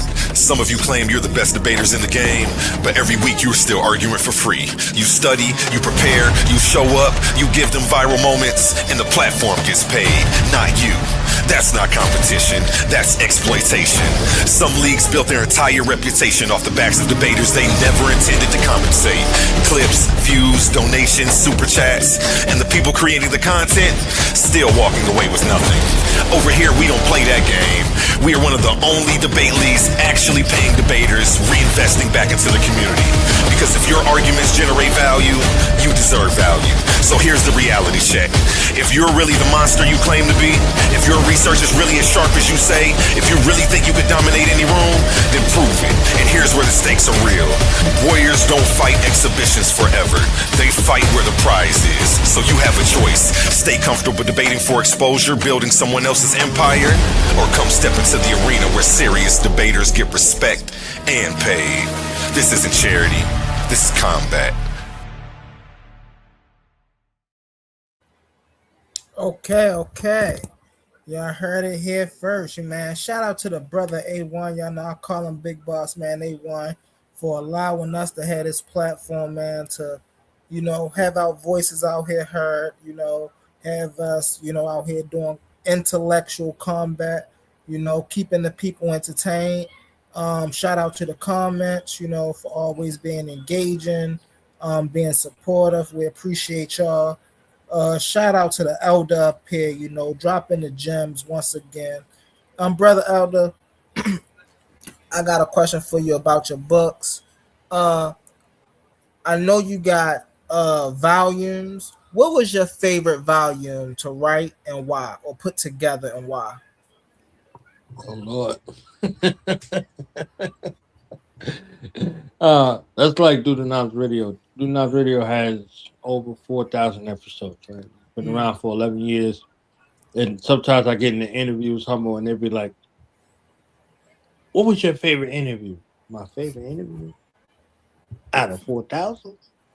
Damn. And Yeah. they'd be like, yeah. I'd be like, out of 4,000? They'd be like, yeah. You understand what I'm saying? So this one is a little easier because it's 13 volumes, right? Yeah. Each one of them required something different of me. Mm. So every volume that I wrote is very special, right? Right. So my favorite volume to write was From Nameless to Knowledge, right? That's my volume, right? Out of all of the volumes, it became very interesting and very necessary. I had an inclination to write it, but Right. I was compelled to write that volume. I wrote Mm. that volume and I wrote Power of the Black Family simultaneously. You see what I'm Mm. saying? And then I went back through and illustrated them. With volume one, it's the first one. You see what I'm saying? So the first one, it was experimental. So I wrote the first 5 volumes, but I didn't illustrate them. One of my brothers, D Banks from D Banks Designs, he illustrated them. He illustrated them and put them together. So the first 5 volumes, I wrote them. I wrote them, did the research, all of the stuff, formulated the ideas together, but it was it was just words on the paper. Like he formatted them and put them boom, boom, boom, boom, boom, boom, boom, boom, boom. Like he illustrated them and gave them life. He took my manuscripts, quote unquote, and gave them life. So I looked at them like, oh, this is crazy. And then I found the software to upload them and then, format them in a certain kind. So writing the writing process was fun. I wrote in different places, and one of the best places that I had been to actually write was Puerto Rico. I went to Puerto Rico for about a month, almost 2 months, and I was there. And while I was there, I was writing, and it was something about being on that island, but also being in the mountains that gave me a sort of clarity space Right. Right. versus writing from Nameless to Knowledge and the Power of Black Family. I was in Miami, and it was Mm. something about being in Miami, you know, uh, in a celebratory mode and space. Mm. So it was the weekend of my born day, and I was out Right. there celebrating. And there's a space when you deal with something from an astrological perspective, right? There's a time that you were born every year around that time, depending on where it's at. The actual time that you were born and the astrological positioning Right. is not always the same. So I'm born on the second, right, the 2nd of June, but where that actual return Mm-hmm. was closer to the 31st and the 1st, May 31st and June 1st, right? Right. Was born on June 1st. You understand what I'm saying? So Mm. it was a celebratory space between the 30th and the 2nd because of how that energy was actually moving through, right? So when Right. you put it from that perspective, that's something.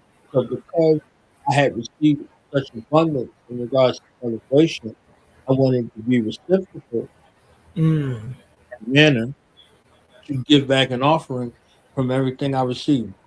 And on Right. that day, the actual day, I did 6 broadcasts and released 2 books. You see what I'm Mm. saying? The 6th month, the second day, right? So this was, literally 8 books now. You understand what I'm Oh saying? On wow. the Right. way to 13, right? So that was the time frame, and I'm just thinking about it like this was bugged out. I was up for days. I didn't rest, but blink in between a little Mm. bit. But I was on that grind to make sure that on the 2nd of June, this was my offering back to the world. And that day, Right. I heard from people that I didn't hear from in years, all kinds of things. People I served with, just people from the neighborhood, people I grew up with, people Mm-hmm. that's in the now, like all of those people, everybody came, right? Uh, I don't do too much social media, too much like that, but Yeah. on that actual day, Mm-hmm. the, everybody who said, "Yo, happy born day, God," blah blah blah, whatever the case may be, I wrote them something back as to what they mean to me. You know what I'm saying? Like what they mean to me. So it's like if somebody shouting you out, and they celebrating you, you should give them back some reciprocity. So Right. nobody was expecting me to do that. I just was dismayed at the fact that folks reach out to you and then it'd be like 2 or 3 days later, and then you get Mm-hmm. one post with, "Yo, thank everybody who showed me, love on my day. I appreciate Exactly. y'all." Like you couldn't respond to the people. You couldn't you couldn't take a moment to respond to the people Mm-hmm. who reached out to you in that kind of way. You're going to just do this Yeah. blanket thing. You understand what I'm saying? So I see Exactly. people do that, and I was like, all right. So back to from nameless to knowledge, that was the first time that I wrote something personal. Mm-hmm. Something that I wrote personal in regards to that and shared it with the public. It's the first time I gave any sort of information in regards to myself. It ain't my autobiography, what I'm saying, but it's Right. something that a little more intimate. You see what I'm saying? A little more intimate, a little more insight in regards to my lessons from life. It's 100 life lessons, right? And with the mind frame that people would read it and then it would inspire them to write or inspire them to follow their passions, their dreams, and things like that because they need to be chronicled. They need to be documented in some sort of, fashion. Right. So, from nameless to knowledge represented a time frame in my life where I didn't want to be called anything. I kind of walked away from, the labels, whatever the things like that, Mm-hmm. and a path of rediscovery. You Right. see what I'm saying? So it's like I came back into knowing who I am, right? So Mm. now I can fully embrace this space of knowledge and the process of making knowledge born. You see what I'm saying? Right. The Right. process of taking what you know and imparting it to the people in a way that is best for them. Mm-hmm. So Mm-hmm. it could be born in them. You understand what I'm saying? So the folks Exactly. who think that they don't matter, right? The nameless ones, or the ones who don't want to be named, you still matter. You understand what I'm saying? You still Right. matter. Your life matters. You're here on purpose for a purpose, and that purpose it matters. You understand what I'm saying? The Mm-hmm. world is different if you're not physically in it. It's Right. different to those Right. people who know you, right? Back to that. There you You go. There understand you what I'm go. saying? So, that process of going from nameless to knowledge and leaving these reflections Mm-hmm. in regards to that. uh, was something that I enjoyed. I enjoyed creating because it gave me a chance to actually reflect.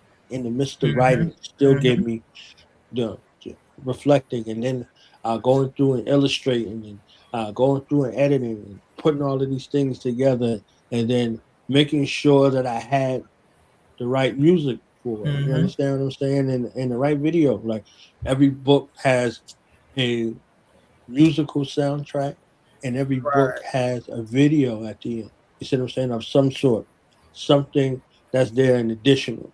So, Mm-hmm. in the cinematic space, it's there. It's inviting. It's warm. You see yourself, and you begin to think. You understand what I'm saying? Black people deserve to think about themselves in a way that is righteous. And back to that Right. other word, authentic. You understand what I'm saying? In Authentic. an Yeah. authentic fashion. So, yeah, that's a beautiful question. I appreciate it. No problem. No problem. Really, really, real fast. I know we was talking about family financial literacy earlier today. Hmm. My wife was at work. She came in, and we were actually talking about your books, and I was actually sharing it with her. I was like, yeah, like this elder right here, he wrote these series. Like we want to read them together, things of that nature. And this is the importance of having people around you that support what you do and willing to hop on board without any questions asked or anything like that. So my wife came in and laid down and she gave me this book, and the book is called Financial Destinations Inc. No More About Money. Right, so this is the, Mm, if y'all can see, this is the, y'all can't see, it's not gonna let y'all see, but it's the front of the book. And the reason I'm showing y'all this is because this is why I appreciate my wife. Right? She mm, took the conversation that we had about your work, Elder, and she then went out and found something, right, that, hey, this is another tool that we could use while dealing in his work to help us get our finances right. You see what I'm saying? And more as we get into that, is going to be okay. Well, here's other tools I could bring you to help us get into other parts of the value. You see what I'm saying? So right. it's very important that uh, when you are in relationships and partnerships, you are in partnerships that are beneficial to you and encouraging and enhancing your growth, because they understand that while you're growing, they're also growing, right? If you're growing in a proper manner.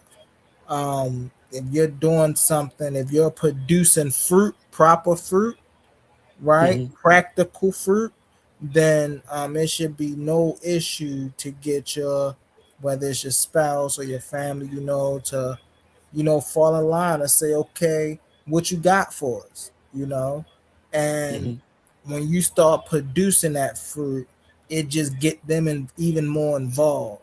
You know what I'm saying? Like I tell people all the time, me coming to Bigo was supposed to be a gag joke. I'm gonna get more into that story another time.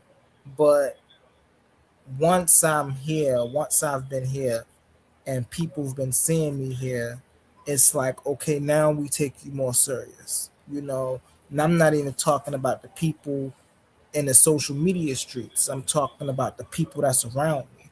Because to y'all, I'm humble mystic. You see what I'm saying? But Hmm. to the people around me, I'm somebody else, and they're like, hey, like we don't see you like this, so But then when they come on and they actually see me do what I do, and they're like, oh, okay, okay, so what you got for us? We're support what you got for us, And my wife is one of those biggest supporters of what I do, how I do it, and so when you were earlier, that goes back to the message you were saying earlier, Elder, when you said the reason you started doing this, it wasn't for nobody outside of yourself. You started doing this because this is what you were raised up in, right? Right. That goes to my purpose, is because I do this because I know what the opposite of this is. I've already been through the worst of it, you know. Now, why not get the best of it, right? I've already seen all the wrongs. Might as well try all the rights. And so, um, when I look on my family, you know, we got generational curses to break. I speak about generational curses often, right? And when I look back on my family, there's a lot of generational curses that have to be broken. And if not me, then who? Right? Like you were saying earlier, Elder, you know, everybody that's born in that family have an obligation, right? They may not fully know what their or come to know what their full obligation is, but once they do, then they start to work towards that obligation. And with just within my immediate family, I see one of my obligations is to break the generational curses. You know, and one way to break the generational curses is getting us back on the right path, right? I was listening to Bob Proctor the other day, and I'm gonna land with this, Elder, because I want your take on it. I was listening to Bob Proctor the other day, and he was talking about he was in Washington D.C. somewhere, and Mhm. on top of the thing it said, "Freedom isn't free." He said it was written in 1970 somewhere, and he said upon it said, "Freedom isn't free." And he went on and expounded, was like, well, think about it. It really isn't free, right? You have to pay money for the life you want to enjoy. And it's like that right there is why I do this. Because it's easy to sit up here and say, well, we free. We ain't slaves no more. Yeah, but you know, it's summertime coming up. Can you and your family go to Cancun? Can you take your children to Disneyland just because you want to? I don't think so. You see what I'm saying? So Right. it's like when I think about these things and I put that grind in and I put that time in, right? Um, it just make me self-reflect on my family and you know the future of what I'm trying to build, right? And it also allowed me to have opportunities to meet people that are able to enhance my growth. You see what I'm Mhm. saying? I'm only 33. You know what I'm saying? So, you know, by the time I'm 60, by the time I'm, you know, in my 50s, 60s, I'm then able to have accumulated enough knowledge and turned it into wisdom. So then I will truly be able to come back and do my part and really partake, you know, into some more wisdom and knowledge onto the community, you know. So it's just man, just I love having. Listen, brother, me and you gonna have to talk some more, my guy. Real fast. You say Yeah. you be doing shows too. What platform are you on? I'm on YouTube. You know, uh, Okay, yeah, a couple of thousand of my shows can be found over there on okay. YouTube. I gotta. Uh, if you can really fast, can you put it in the Can you put your YouTube in the comments? Yeah, I got you. So that way, because I would love to come on your show one day. Yeah, definitely come on through. You know, Oh you at yeah. A1, y'all invited. Definitely. Peace and blessings to the chat. We appreciate y'all. We see y'all down there. We appreciate y'all engagement. You know, thank y'all so much for just you know engaging in the comments while we up here doing our thing.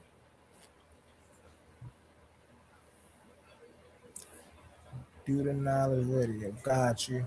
I'm gonna screenshot that real fast. Uh, wow. I got it. I got it. Okay. Um, and do the knowledge radio. So I assume it's a radio station on YouTube. Can you tell us more about that, Elder? Definitely. I started it, 11 years ago, August 29th, 2015. Like, so going into the Mm, 11th year, right? Um, mm, it was created as a voice of the voiceless. So for the last decade, I've said that, being a voice for the voiceless. I recently changed it, as you right. complete a cipher, things change to the voice of the voiceful. You see what I'm saying? So the Mm, tagline for Do Not Radio is a place where knowledge is born. You know, right. Myself and my brother YG Preach, shout out to him, Dynamic Mind. And check out his channel as well, called Preach Perspective. My brother YG Preach. He has Right. amazing content up there, growth emergent, and deals with these things in a righteous manner. So the goal for it Most definitely. was to give credence to a perspective. Well, Do Not Radio. The goal was to give light and credence to those who were behind the scenes. They may not have been Right. known by the world. You see what I'm saying? My mother helped just as much, if not more, than a Dr. Sabi. You see what I'm saying? In the same kind of way. But Dr. Sabi Right. was helping celebrities. You understand what I'm saying? So that's a different thing. He was helping celebrities, so that became something that gave him the notoriety that many of the other herbalists didn't want. They didn't want that notoriety because it came I with agree. Yeah. court cases, it came with assassination attempts, it came with Yep. Yep. Yep. discrediting and Yep. all of these other things. So he took the brunt of that so that the other people could just continue to do what they did for as long as they did. You see what I'm saying? My mother worked with him. My Hmm. mother worked with Dr. Africa. My mother worked with Dick Gregory. Right. I worked with a lot of people. She worked with Dr. Matula Shakur. Oh, Dick Helping people Gregory is one of my thing. idols. So this platform was dedicated to those people who went unsung. You see what I'm saying? The people who Right. were behind the scenes, to bring them to the forefront, and then also give us face and the credence to the people of now. The people of now and the people of tomorrow. So you know, Right. was created with that thing in mind. So for the last now 11 Hmm. years, that's been the goal, the aim, and objective. My platform is a guest centered platform. It's a guest centered platform. So Right. you know, these thousands of episodes that are available are, for the guests. Every once in a while I might give my perspective or my outlook on something, but mainly it's centered around, Right. the guest. So a guest in the platform versus, people come Hmm. on for the antics of the host or whatever the host want to talk about, blah, blah, blah. So definitely was one of those unique qualities and factors that was a differentiator about Do Noun's Radio, because it's about the people. There were people in the audience that were just called in to listen, Hmm. and they came on and they wound up Right. becoming guests. And then some of those people who were guests one Hmm. time wound up being able to have their own show on the platform. So I had a podcast network Right. for a Right. minute as well. So you start off as a listener, and ain't no telling where you could go in that regard. So that was that. Let me My I bad. I had to wanna be. No, I had to be that real quick. it's all Out good, here, buddy. saying? Out Happy here. Peace Father's and Day, you know what I'm blessings. saying? Happy Father's Day, you know what I'm saying? You gotta be there for the fam, you know what I Yeah. mean? So I wanna play Oh, something, if I could, real quick. yes, Uh sir. Yes, sir. my sister Empress is in the building, and she did something dynamic for me. Uh honest to her and her family. She does amazing work. So I'm going to play this real quick, if I could. I just need a half a second to get it real quick. Take your time, Elder. Take your time. You get. Yeah, let me just Get this real quick. Take me a little second. All right, boom, got it.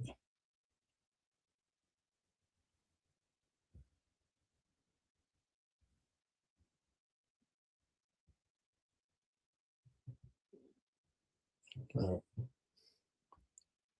just make sure I got the sound right over here.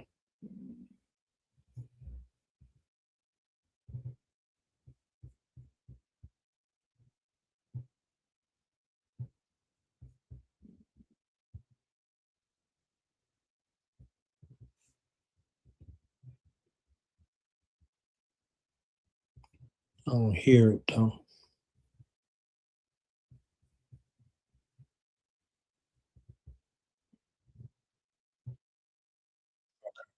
Here we go. All right, am I still good? Can you hear me? Yep. Soon as you drop it in the soon as you drop it in the thing, I'll be able to pop it up on the screen. All right.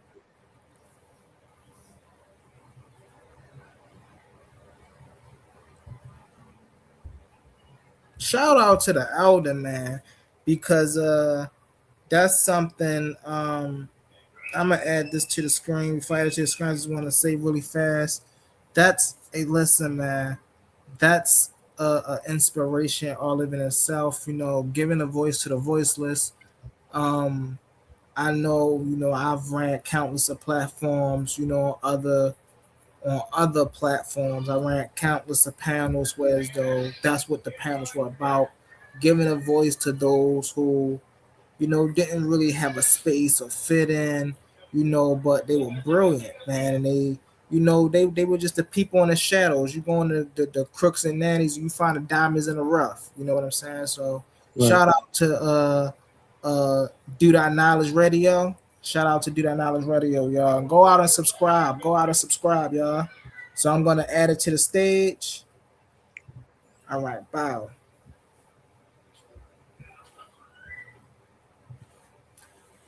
It's up there. All right. I'm gonna play it now. Days, oh, better days are coming. Better days, oh, better days are coming. Down here in the trenches where I come from. Black love is black power. It's the central nucleus, the heartbeat of melanin, when masculine and feminine blend in and make mother and father creators of beautiful young life. Yes, mothers of movement and fathers of legacy, creating bloodlines that stretch back to the beginning of time. Come, let's go on a stroll through history, bearing witness to the intricate networks grounded in kinship, communal cooperation, and cultural celebration. Come, follow me through matrilineal and patrilineal systems, sitting side by side, royalty, looking down from on high. This black love couldn't be disrupted all through the unimaginable savage massacre. Sacrilege it was. Chains on ankles and chains on wrists. There was no such tragedy as this. But my hand never left yours, so we remained whole and complete. This wasn't a fairy tale they play on Disney to get folks to be complacent. This is several generations of hurt inside of determination and patience. Patience.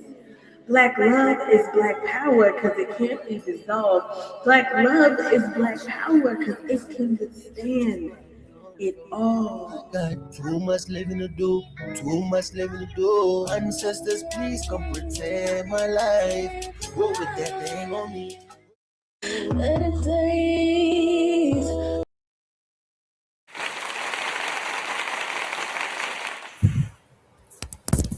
That was beautiful.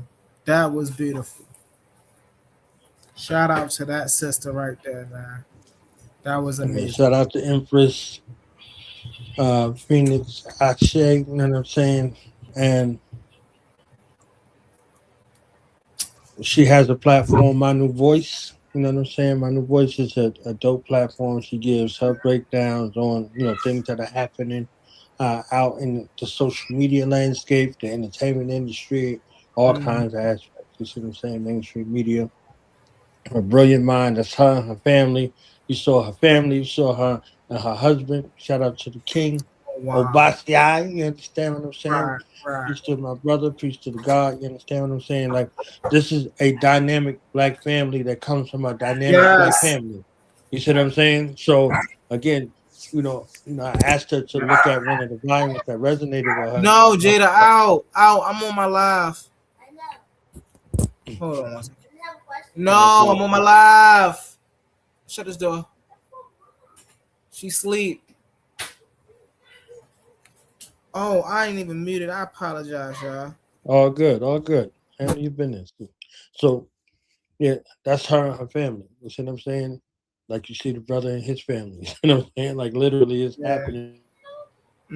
Look, every time, look, as soon as mama get home, everybody want to come bother mama. Yeah, She ain't is sleeping yeah. right now. I'm like, leave her alone. Let her rest. Daddy don't matter when mama get there, okay? So it's like, all right, I need something. I need some mama. You understand what I I'm need saying? something. Yeah, so that's her and her family. So again, a dynamic black family that comes from a dynamic black family. See what I'm saying? Right, So right. dynamic black families give birth to dynamic black families. So their children, they grow up with these creative parents who are sound, who are working things out, who are working to bring the best out of each other. Like you were saying about you and your queen. See what I'm saying? Y'all had a build and she came back like, boom, here you go, fam. You understand what I'm Mm-hmm. saying? Mm-hmm. So these are the kinds of add-ons that we're looking to build. You Right, see what I'm saying? And because these are the families for our futures. You right. see what I'm saying? So we're changing the face on what black family is because the entertainment industry had declared war on black families since uh 1913, I think. 1913, 1915. Whenever Birth of a Nation came out, Mm-hmm. D.W. Griffith's Birth of a Nation, whenever that came out, there was a war. And in that war, it's been ever since we came here, or if you Yeah, indigenous to the landmass, so as long as you've been here, either way it goes, right? Whether you were right. brought here or you were here, either way it goes, there was a space to where they declared war on the black family. You see what I'm saying? Mm-hmm. By making us the villains in the story and Right. making them the heroes. So with D.W. Griffith's Birth of a Nation, they showed the Ku Klux Klan, the Mm. resurgence and the rise of the Ku Klux Klan. And, membership went up 10,000% based off of it. Oh wow. There were no black people in that film, Right. but they were Right. in blackface. You understand what I'm saying? Mm. So they showed it all over the place. So, when they said when the Klan came on, the people in the theaters, they cheered. They got up to they stood up on their feet, standing ovation. So they came in as the hero. Right. So by default, we're the villain. So Where the we're villains. vilified. Right. So that means that anytime that you see us cinematically, whether it's the entertainment industry, whether it's mainstream media, whatever the case may be, we're going to Mm-hmm. be vilified. You see what I'm saying? We're going to Yep. be Yep. vilified. Yep. So it's going to be movies and television shows and anything that has to deal with theater to misrepresent us. There are other aspects to that from their perspective, but from our perspective, if we see somebody, you know, acting a fool or making fun of us, we'll make ourselves look like a bigger fool in that regard. There you You go. see what I'm saying? So it'll be all of this other stuff that's surrounding that. And Mm-hmm. there'll be a justification saying that it's just comedy. But it's not. Exactly. It's Because not. the minds that ingested the mind itself, not Mm-hmm. just the mind itself can't interpret the fake from the real. Right. There you go. So There you you go. know, our ancients and our elders would tell us, watch what you speak over yourself because the Mm-hmm. universe don't know if you playing or not. You understand what I'm There saying? you go. So There you those go. I am statements and all these things that we internalize, from these perspectives, us having to be mindful of that because it could be to our detriment. You Yep. understand what I'm saying? So Yeah. we're speaking against ourselves, Yeah. versus speaking life. So this black family was speaking life into the black family by their example. You see what I'm saying? Not Yeah. just their words alone. So she sings, she raps, she does poetry, as you heard. He sings, he raps, he does poetry, and they build their family together. They make each other better. You understand what I'm saying? They bring the Yeah. best parts out of one another, and they give birth to the best parts. You see their children. Mm-hmm. So Mm-hmm. this is again, back to this little small point about our future. It's worth it. It's worth it for you to heal. It's worth it for you to be in optimal health, mentally, physically, emotionally, and spiritually. It's worth it. Your future generations come from what you're building There you or go. what you're destroying. There you So I go. appreciate you allowing me to, play that real quick. Most definitely, most definitely. We're gonna get into one more thing before we close it down, Elder. Um, so one of my biggest gripes that people talk about against the black or melanated, I like to call it the melanated community. Some people like to say black egg, tomato, tomato. But one of the Everybody got melanin. there you go. Uh, So the melanated community, just a thought real quick on that. yeah. With the Mhm, melanated community, uh, when I say black and those who utilize black, I mhm, understand what the Moors are saying. And if I'm in the courtroom, I ain't going there ask no black person. You understand what I'm saying? But black, like the essence of the universe, mhm, the dark matter that and the dark energy that created the universe ain't melanated. It's black.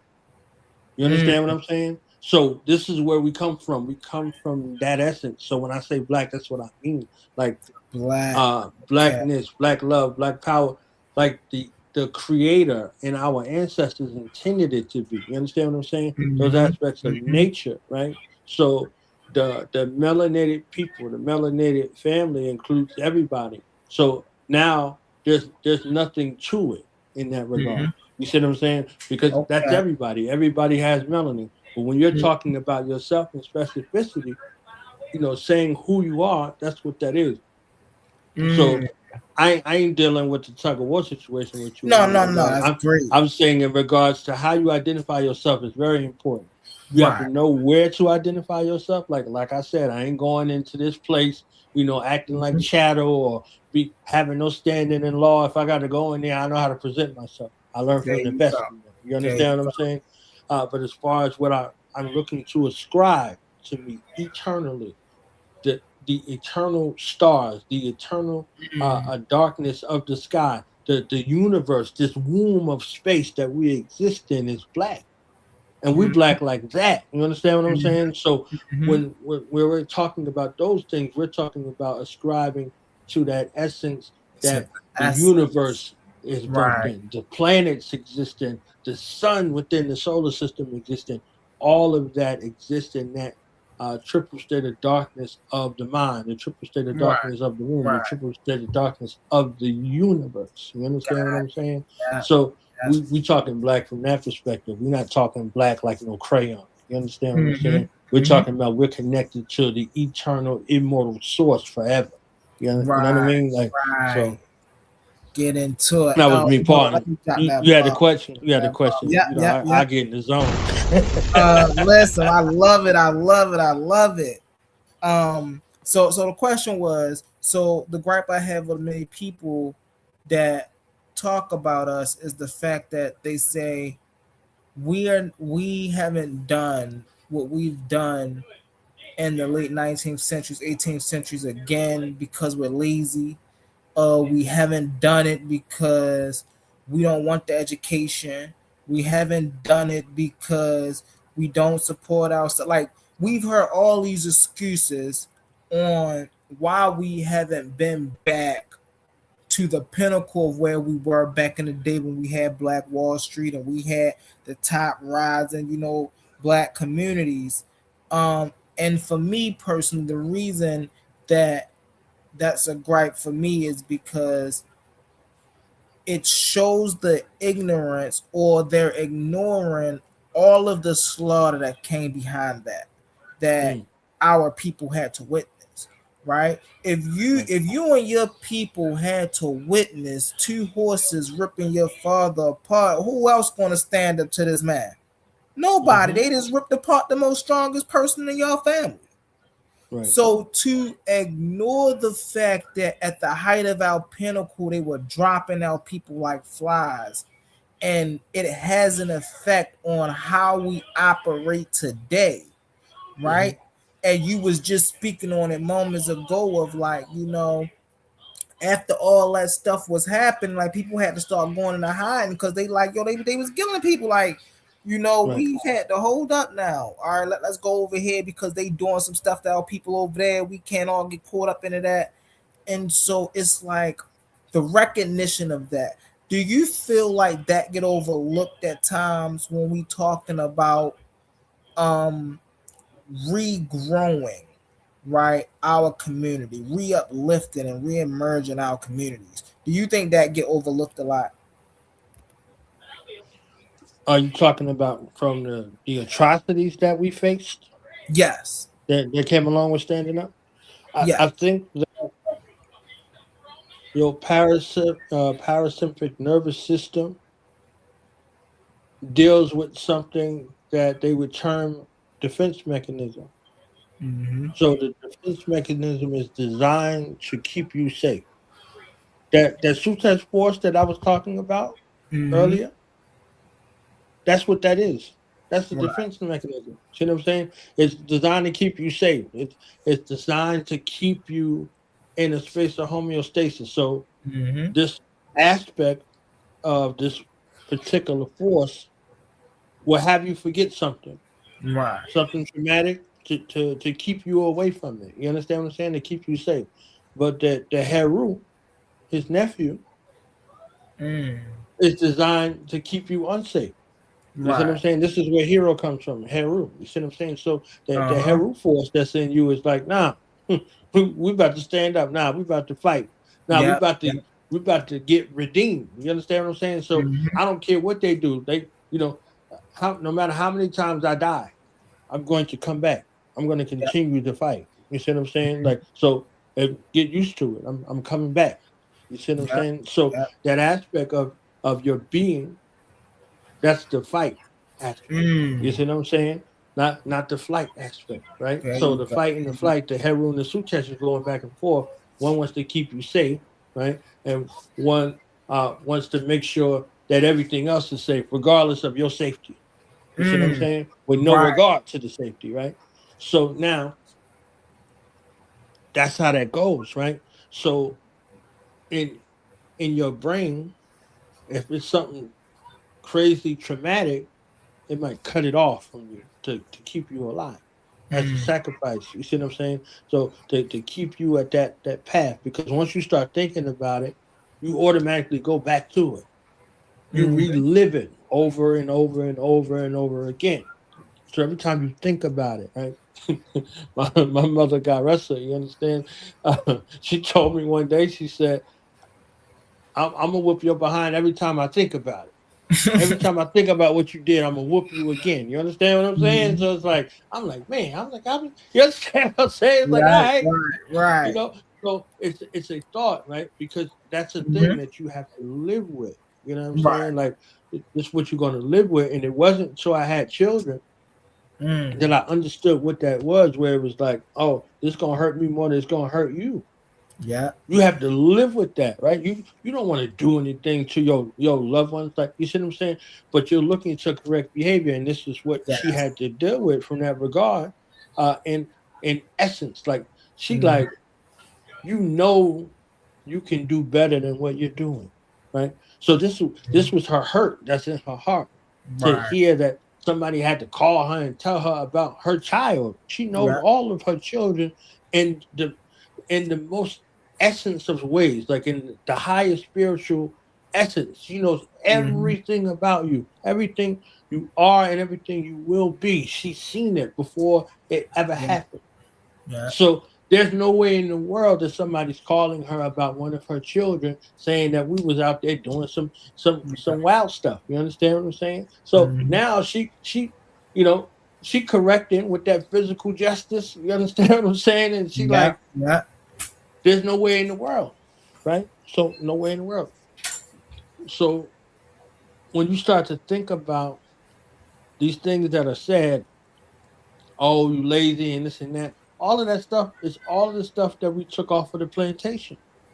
All of Mm. those things, that all that plantation politics, all that plantation behavior, all of these things we call tough love, all of these other things. Somebody's going to berate you and disrespect you and clown you Mm. and talk noise and stuff to you, and then want Exactly. you to go be great. You understand what I'm saying? Like, there's Exactly. no way in the world, right? No way in the world. So the aspect in regard to that, they don't give enough credence to it, because now you have to deal with it. You have to deal Right. with those things. You have to deal with those wounds. You have to deal with those scars. You have to deal with that trauma. You understand what I'm saying? Like, Mm-hmm. our children, our families deserve to be able to grow up in an environment that's trauma free. Mm-hmm. They no longer inherit it epigenetically. You see what I'm Mm. saying? Yep. So we do no longer have to grow up in a society where where we become maladjusted. Right. You understand what I'm saying? Yep. We deserve to grow up in a society. We deserve to grow up in family. We deserve to grow up in a nation that Mm. doesn't have to deal with these maladies. You understand what I'm saying? Again, like I said at earlier in the bill, a thing of the past, a thing that they could read about. You understand, or Right. look at a movie about, like, not something that they have to live and Mm-hmm. endure. So these other aspects of comparison is how you make devil, how you make war. Right. So if you have, you know, you said you got twin boys, right? Yep. Twin boys. One Perfect, light skin and perfect one dark skin. example. Right, right. Perfect example. You say, why can't you be more like your brother? You understand what I'm saying? You don't even understand the psychological detriment and the battle royale that you started. You understand? Mm-hmm. So Mm-hmm. now you ain't got twin boys, you got Cain and Abel. Cain and Abel. Right. Right. So when one's countenance falls for the other one, now it becomes something. They're Mm. doing the same thing, right? They're doing the same thing. They're giving of the same space, but they're not giving from the same place, right? So Well. if when I got in trouble, my older brother and I got in trouble. Mm-hmm. So my older brother used to be able to get away with stuff. I couldn't get away with nothing. You understand what I'm Mm-hmm. saying? Like nothing. I used to try to do what he was doing, and nah, he got away with it. Mm-hmm. So when it came time for the recompense, we both got it. So now he mad. Now we fighting. You understand what I'm Mm-hmm. saying? I'm not winning. I'm not gonna win. I'm fighting my hardest, but I ain't gonna win. So Right. now I got Right. whooped twice. You know what Yep. I'm saying? I Yep. got this Yep. situation with my older physical, and then that divine justice, because my mother ain't gonna Mm-hmm. miss that. Yep. You understand what I'm saying? Versus when it's me by myself, he would, try to delay that. He would go and be like an intermediary for me. You Mm-hmm. see what I'm saying? But if we both getting whooped, he can't be no intermediary for me. You know what I'm Exactly. saying? Exactly. So these aspects of what that Right. entails in regards to looking at these sets of circumstances that happened to people who stood up, that Right. psychological buck breaking that we're talking about, nobody wants to deal with that. So they don't even want to talk about that too. You see what I'm saying? They don't even want to talk about it. Yeah, yeah, yeah. We know what happened in the past. No, you don't. Yeah, yeah, yeah. We know what they did. No, you don't. Because you don't know what they're doing right now. Like, what they did denotes past tense. What's in present tense? What are they doing right now? And what will they do in the future? You see what I'm saying? So, in regards to what that is, that's not something to harp on. It's something to present in regards to this case that we laying out in that regard. So, what kind of future do we want to look at? What kind of future do we want to have envision? And what are the steps that we're going to take necessarily to get there? Do we need another Black Wall Street? There were several. You understand what I'm saying? Do we need that? or do we need to look at something else? You see what I'm saying? Can we look at those models and say, okay, if we're going to create something, what can we create? And then what's our system of governance? What's our system of, you know, commerce? And what's our Right. system like? Is it long term sustainability if that's Uh-huh. the goal? You know what I mean? So all these things, you know, together, working at these aspects, we can look at the best part and the poor part, and they might be subjective based off of where you at. So when you look at the best part, it requires action. If you look at the poor part, it requires inaction. You see what I'm saying? These are both requirements in that space. So when when you regard the first law of nature, which is self-preservation, there's things you'll do and things you won't do. When you have no regard for that self-preservation factor, you can do anything. You understand what I'm saying? You can do anything. And that's relative, whether it's positive or negative. So you can do whatever you put your mind to, right? Whatever you put your mind to do in that regard. So yeah, I know that there are people who might say that, and then they might look at it. You understand what I'm saying? Like Tupac and Juice, like, you know what I'm saying? He's like, we ain't ish. You understand what I'm saying? So, you know, and then, you know, Q looked at him, he's like, what's your problem? Then he said, you. You understand what I'm saying? Like you, my problem. You understand? So that means that he was dealing with things, and when he got to that point of dissatisfaction, he finally let it out. He finally let it out. He's looking at, you know, his enemies out there. They ain't worried about nothing in the world. You see what I'm saying? And he's dissatisfied, and he just wants respect. You see what I'm saying? He just wants respect. You want in that scene, he said, "You want respect, you gotta earn it." You know what I'm saying? And he said, you daggone right." You see what I'm saying? So he's painting the picture about his dissatisfaction and frustration, and he's telling the people that's close to him, but he's also creating dissenting factions in that regard. Earlier that day, they was good. Everybody was good. By the end of that day, they were never the same ever again. You see what I'm saying? So once that dissatisfaction and dissension comes in, that's it. Ain't nobody unifying. So when Raheem came back with the gun, that was the equalizer. That was all that was necessary to take a guy from, you know, he was their brother, their friend, they grew up together, and he was like, yo, we used to be like brothers, right? This is what you saying. No, we used to be like brothers. Everybody laid out everything that they wanted to have on the table, and that was it. It was over with. You understand what I'm saying? So when we start to look at, you know, these aspects and how they work like that. So somebody will tell you, oh, we ain't doing, uh, you know, what these things was from the past and blah blah blah blah blah. And if you don't take the time to see why they said that or how they following this space of conclusion, you're just going to infer. So that infer might be something that has an infernal fire or spark in you, for you to want to lash out or whatever the case may be. So if we don't hear each other,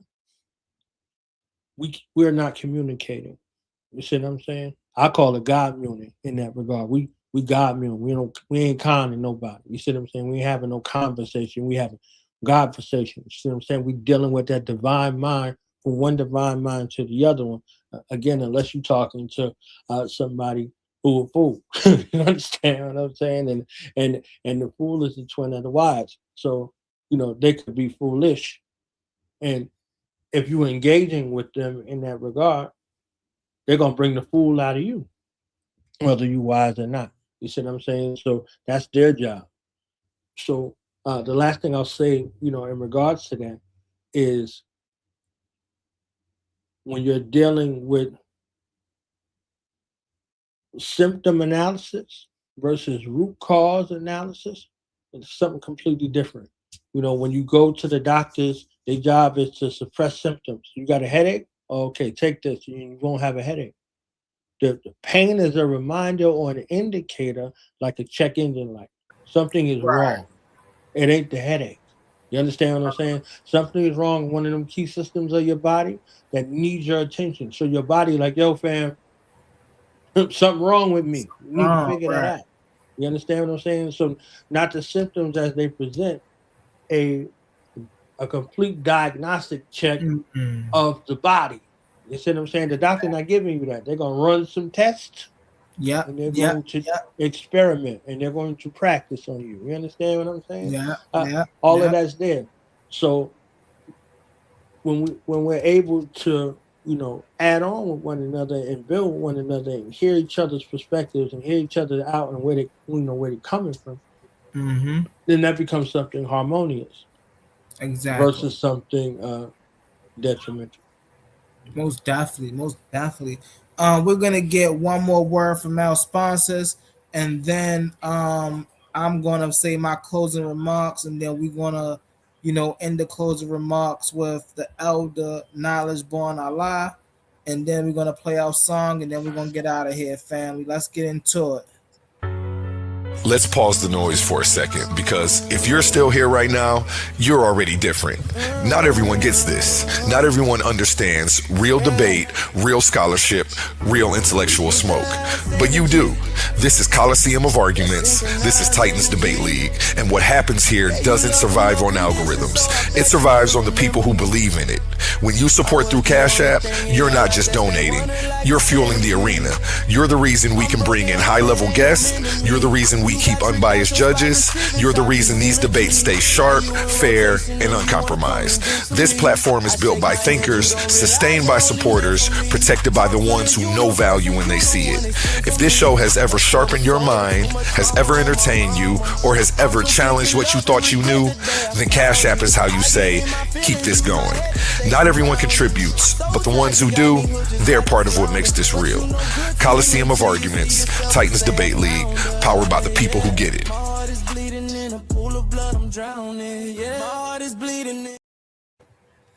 All right, all right. And please support the elder at Knowledge Born Allah Cash App. Knowledge Born Allah. That's his Cash App. I'm gonna close out Elder Knowledge Born Allah. This was an amazing show. One of the most fun shows I've had since I've been on YouTube. Less stress, easy flowing. Hey man, listen, man, you talk behind the scenes and hey, look, you was like, I'm easy going. I said I'm easy going, and I think it proved it here tonight that hey, look, this is what happened when you get two easy going brothers, a humble student and a wise elder in the room together. This is the type of information that you can expect. This is the type of value that you can expect out of these type of interactions. Uh, just as he did on the previous panel, the brother Allah dropped massive amount of jewels on me, and I know he did for some of the ones in the comments that caught him. Listen, man, he gonna have me hop off, go ahead, do some more studying, get into my bag, and say, all right, so let me incorporate some more of this. And so just for that approach, this just for your presence, Elder, I want to appreciate you.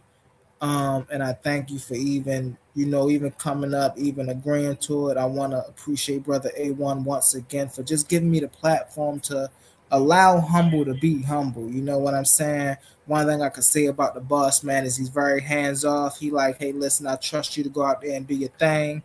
And that's what I do. I come on here, I do my thing, and apparently, people vibe with it. So we're gonna continue to rock out. Y'all know how it is. And with that, y'all, I appreciate y'all. We appreciate everybody with the engagements in the comments. With that, I land my plane. We're gonna move on to the elder knowledge born Allah. Go ahead, brother. Close us out. I appreciate you. I appreciate A1. This platform is A1. You understand what I'm saying? So his name and his platform go together. Shout out to the debaters. Continue to express yourself and express your message and leave your imprint on the world scholastically, academically, and sound. You see what I'm saying? So these topics that y'all touching on, the things that y'all are doing here, people are going to see it from time to come, like time and years from now. You see what I'm saying? So the ones who are the young lions of the future, they're gonna be looking back to the past and they're gonna find you. They're gonna find your work. So make sure you're presenting your best self and your best work. To the story seekers and to the storytellers out here, the world is in need of your story.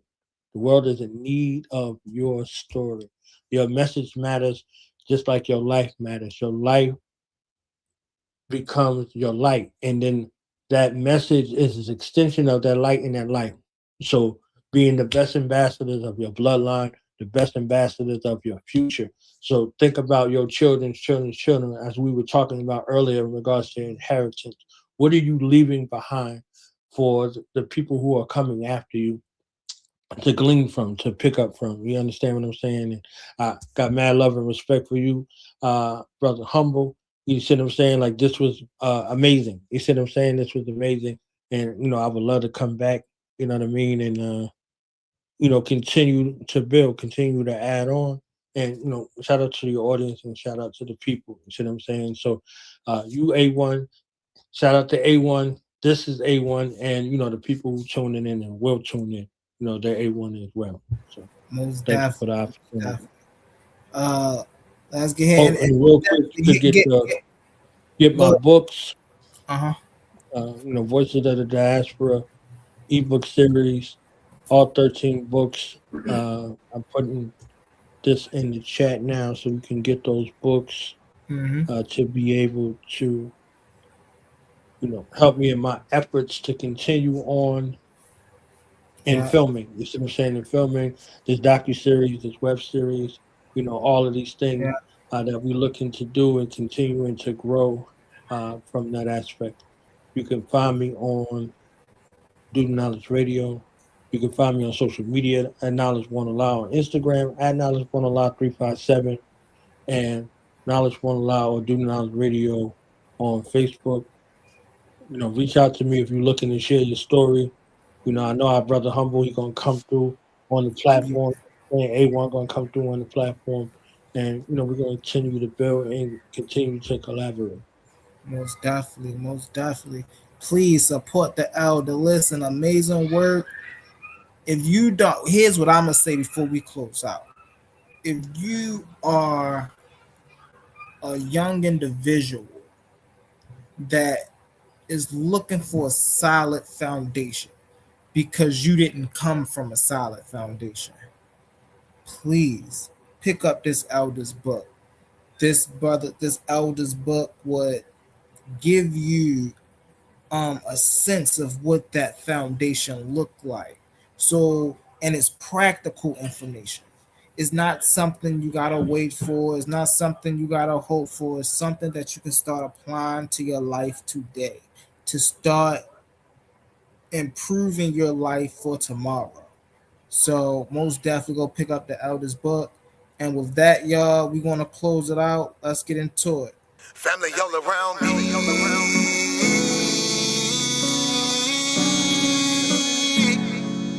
Family all around me. He my family, she my family. He my family, she my family. He my family, she my family. We are family. We might have the same last name, but that don't make you my family. I got some people with the same blood, and I know that they can't stand me. I got some people I call that ain't kin, that's gonna pull up and handle it. They take care of that business like family.